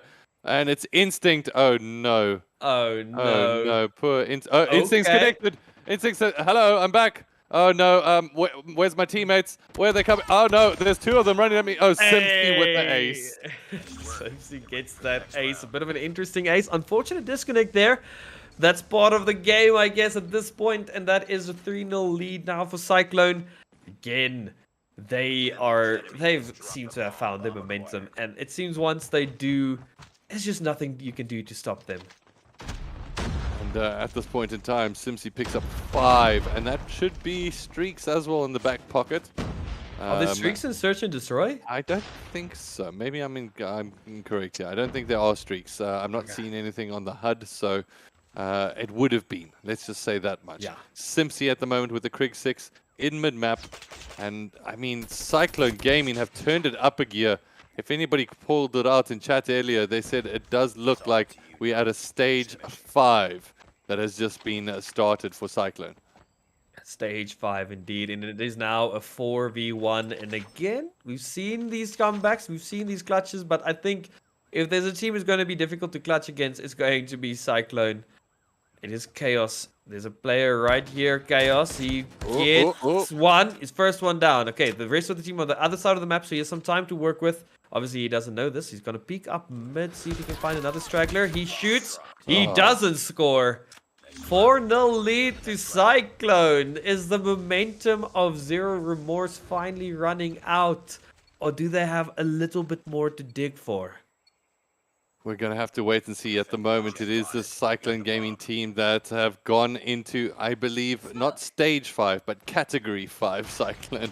As they've made their way forward at the moment, is going to be the first blood actually getting picked up here for the first time from this Zero Remorse team.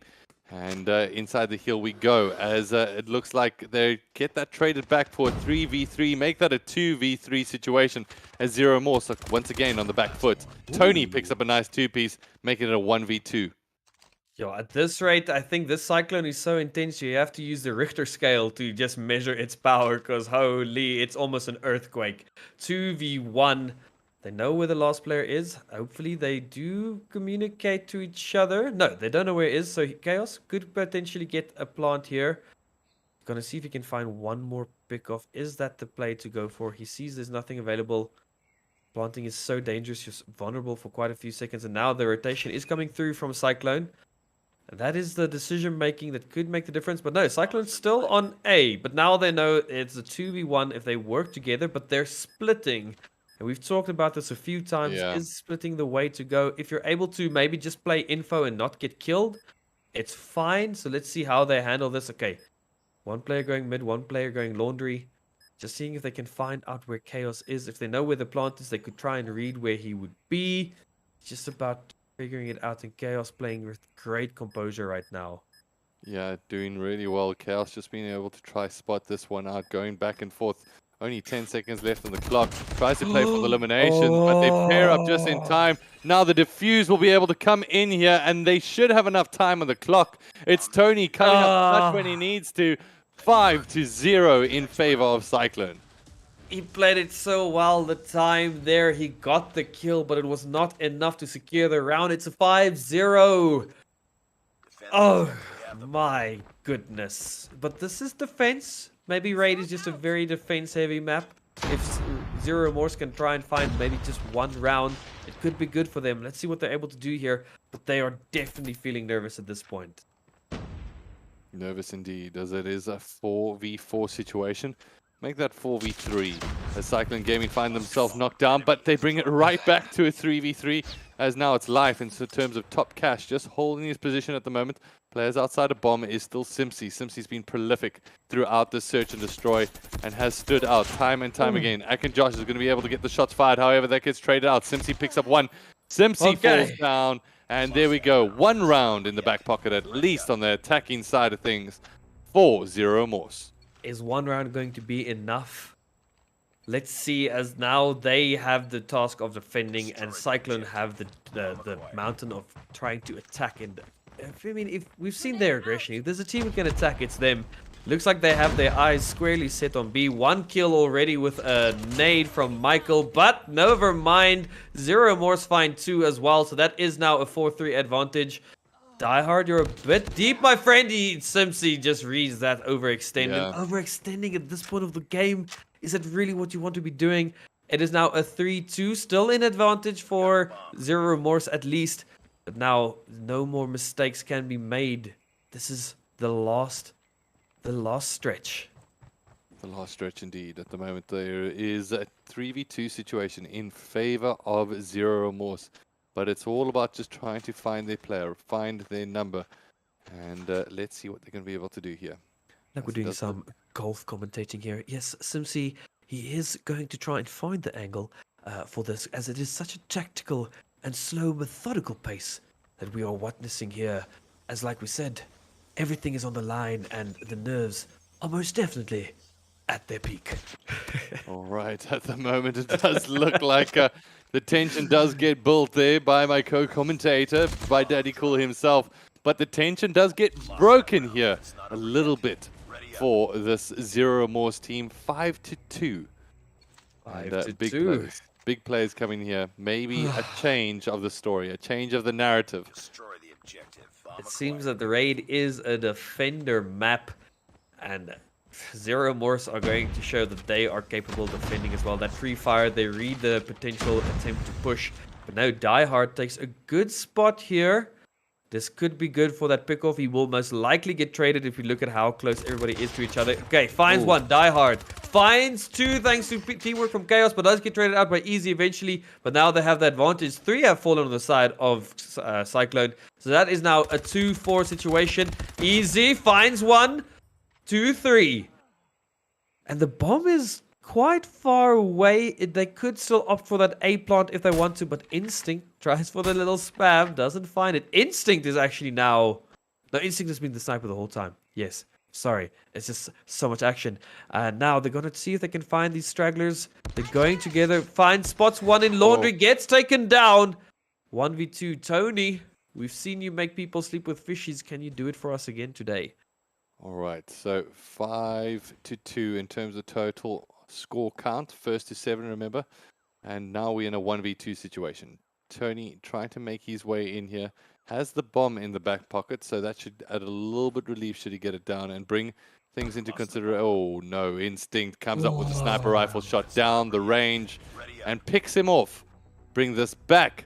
3 rounds in a row now for a Zero Remorse, which is absolutely massive. And now maybe momentum is shifting in their way. Most definitely looks that way. No gas to Skurs here. No siree, as they are going to opt for that A rush this time, as B has just not been working. They're pretty deep in at least already. That could be good for them. Michael goes for the quick scope. Doesn't find the second one. Die hard in mid. Takes down Michael. 2 have fallen. 3 have fallen. Zero Remorse. Oh. At the moment, Zero Remorse is fighting for every single life that they can get. And that was such a quick round of search and destroy. 5-4. 4 rounds in a row. We saw this game go from a 5-0 to a 5-4. And Zero Remorse have brought it back. They have brought it back indeed. Like we said, maybe that 1 round they got on attacking is what they needed. Only time will tell. I'm not going to jinx anything. It's too action-packed. It's too close. Sensei finds one. Gets traded out by Easy. 4-4. First time that we've seen the equal on this side of the attack and defense. But now there are 2 players making a beautiful crossfire there on A. And if we were Cyclone and we knew what we knew, we would be switching over, but they are going to probably try and connect. We see player 3 there. Gets taken out. Unable to find a straggler for himself. Unable to find an opening. And another one falls. 4-2. Zero Remorse are holding on to the dream. They are indeed. Now it's Michael left all alone at this point in time. And picks up 1. As now gets left into a 1v3 situation. Just trying to be able to find his way out here, and it's a bit of a precarious position to be in. As Michael trying to spot out, is there a player nearby? And it just seems that they are being so disciplined, and Instinct takes him down. That is what I want to see. That was the type of discipline I was looking for. That was stunning. They paired up in mid, 1 on a site, and then they could easily rotate if they needed to, but they didn't need to, as they did get that kill in 5-5. 5-5. We're here. We're at this point in time. I didn't know or didn't think it was going to happen, and now it has made its way all the way to 5-5. I can't believe it. As at the moment, a trade out in mid will take place, bringing it back to a 4v4 situation. Nades will get thrown out here. 3v3 as once again another trade outside of White Van. It's going to be Zero Remorse for the first time on the back foot numerically here, as it's going to be Instincts as well as Ak and Josh left last alive. Ak and Josh looks like he's getting a decent flank here. This flank could pay off. They are split. We've talked about it, but sometimes it's worth the risk. But no, it isn't. Instinct on the sniper. 1v3. Bomb has been planted. 40 seconds to work with. And if there's a team that's not going to allow you to clutch out, it will probably be the team of Cyclone, but it's still too early to say anything. Going into Laundry, seeing if he can find anything. Almost hits the shot, but Life says no. 6-5, dangerously close to an overtime. I can't believe it. That it has gone all the way here, and now it is Cyclone's game to lose, essentially. They are 1 round away from taking this the grand finals, but because I've said that, Zero Remorse is more than likely to win the round. It's just the way these things go, ladies and gentlemen. No, again, I'm touching wood, I'm crossing fingers, anti-jinxing. I don't know what I have to do, but right now it seems that 2 players have fallen for Zero Remorse already. Bomb is kind of deep in mid. Losing the bomb there would be disadvantageous. Oh, Michael finds Instinct as well. 2v4. Is this it? Is this the end? Simsy finds another one. 1v4. Chaos. Can you bring it back for your team? Can you keep the dream alive? Chaos now left in this 1v4 situation. He feels the weight of the shoulders of his team just all pressed up. And can he carry them through this moment? 30 seconds left on the clock. Gonna be so tricky to get out of this situation. We'll need to poke his head out. Spots out. Oh, picks up the one. Chaos now working his way through. Still being able to recover a little bit of life. Chaos falls down. Ladies and gentlemen, you have your Call of Duty Mobile Sub-Saharan African champions. And that is none other than the force of nature that is Cyclone Gaming that have come out on top here today to clinch it at the last. They left it tight. They left us waiting. But did they show consistency throughout this tournament? Holy guaca heckin' moly. What a showing. It's a 3-2 and the last game went 5-7. We saw no overtime. You called 5-7, did you? I did indeed. Hey, that's the caster's blessing right there for Cyclone. And they take it. They've been the dominant team. Simpsy with 14 kills. But I mean, Instinct with 12 on the sniper as well. Michael having a... I wouldn't say 9 kills is subpar, but yo, Instinct did a lot there. Now, I don't know how we're going to choose an MVP after everything we've seen. But yeah, we have our champions. Holden. Yeah, I mean, I've got just hit by sunlight at this point in time. But wow, what a game that we had there on our hands, and what a series overall. We're going to deliberate and also let you all know on Monday who has been decided as the MVP of the series. So make sure that you stay tuned to our socials. I'd love to hear who you think should be the MVP of the series. If you've been paying attention, if you've been watching and following along with the action, I do have to say a massive thank you to every one of you. But it is Cyclone Gaming that have surged their way up, essentially not dropping a game up against any team. They dropped rounds in the last grand final. But what a show, what a spectacle they put on for us. And Daddy Cool, being a part of this very first series for you as a part of Call of Duty Mobile, how was that? It was fantastic. It was wonderful. It was magnificent. All of the multi-syllable good words. And it's been an absolute blast casting alongside of you. These players, everybody in chat, the viewers being here supporting the South African the Sub-Saharan African Call of Duty mobile scene. It's been amazing. My edge, I'm going to need a new chair. I don't think it was made for sitting on where I've been sitting the whole time. And just thank you for having me. It's been an absolute pleasure, man. Yo. Yeah, man. It's been an absolute pleasure from my side of things to be able to cast alongside you as well. And what a show these teams have put up for us. And ladies and gentlemen, hopefully we can bring more of these coming to you inside of the new year. If you want to be able to be a part of more regular tournaments at acgl.gg, we'll be able to take care of business. But I've got to say, a massive thank you to Call of Duty Mobile as well as Carry First for absolutely making this possible and putting on the series for us to be able to enjoy. And from my side and the ACGL team, I want to say a big shout out to the production for being able to give you some high quality gaming content. And we're so pleased to be able to present some of the best talent in Africa for you over these past 3 weeks. From my side of things, and Daddy, I just want to say once again a big thank you to you. Thank you to the spectators. But for right now, I think this is time for us to wrap it up. We really appreciate you joining us this weekend. It has been amazing. Our title headline to be able to leave on is that your champions is none other than Cyclone Gaming. Congratulations and GG. And until next time, we'll see you then.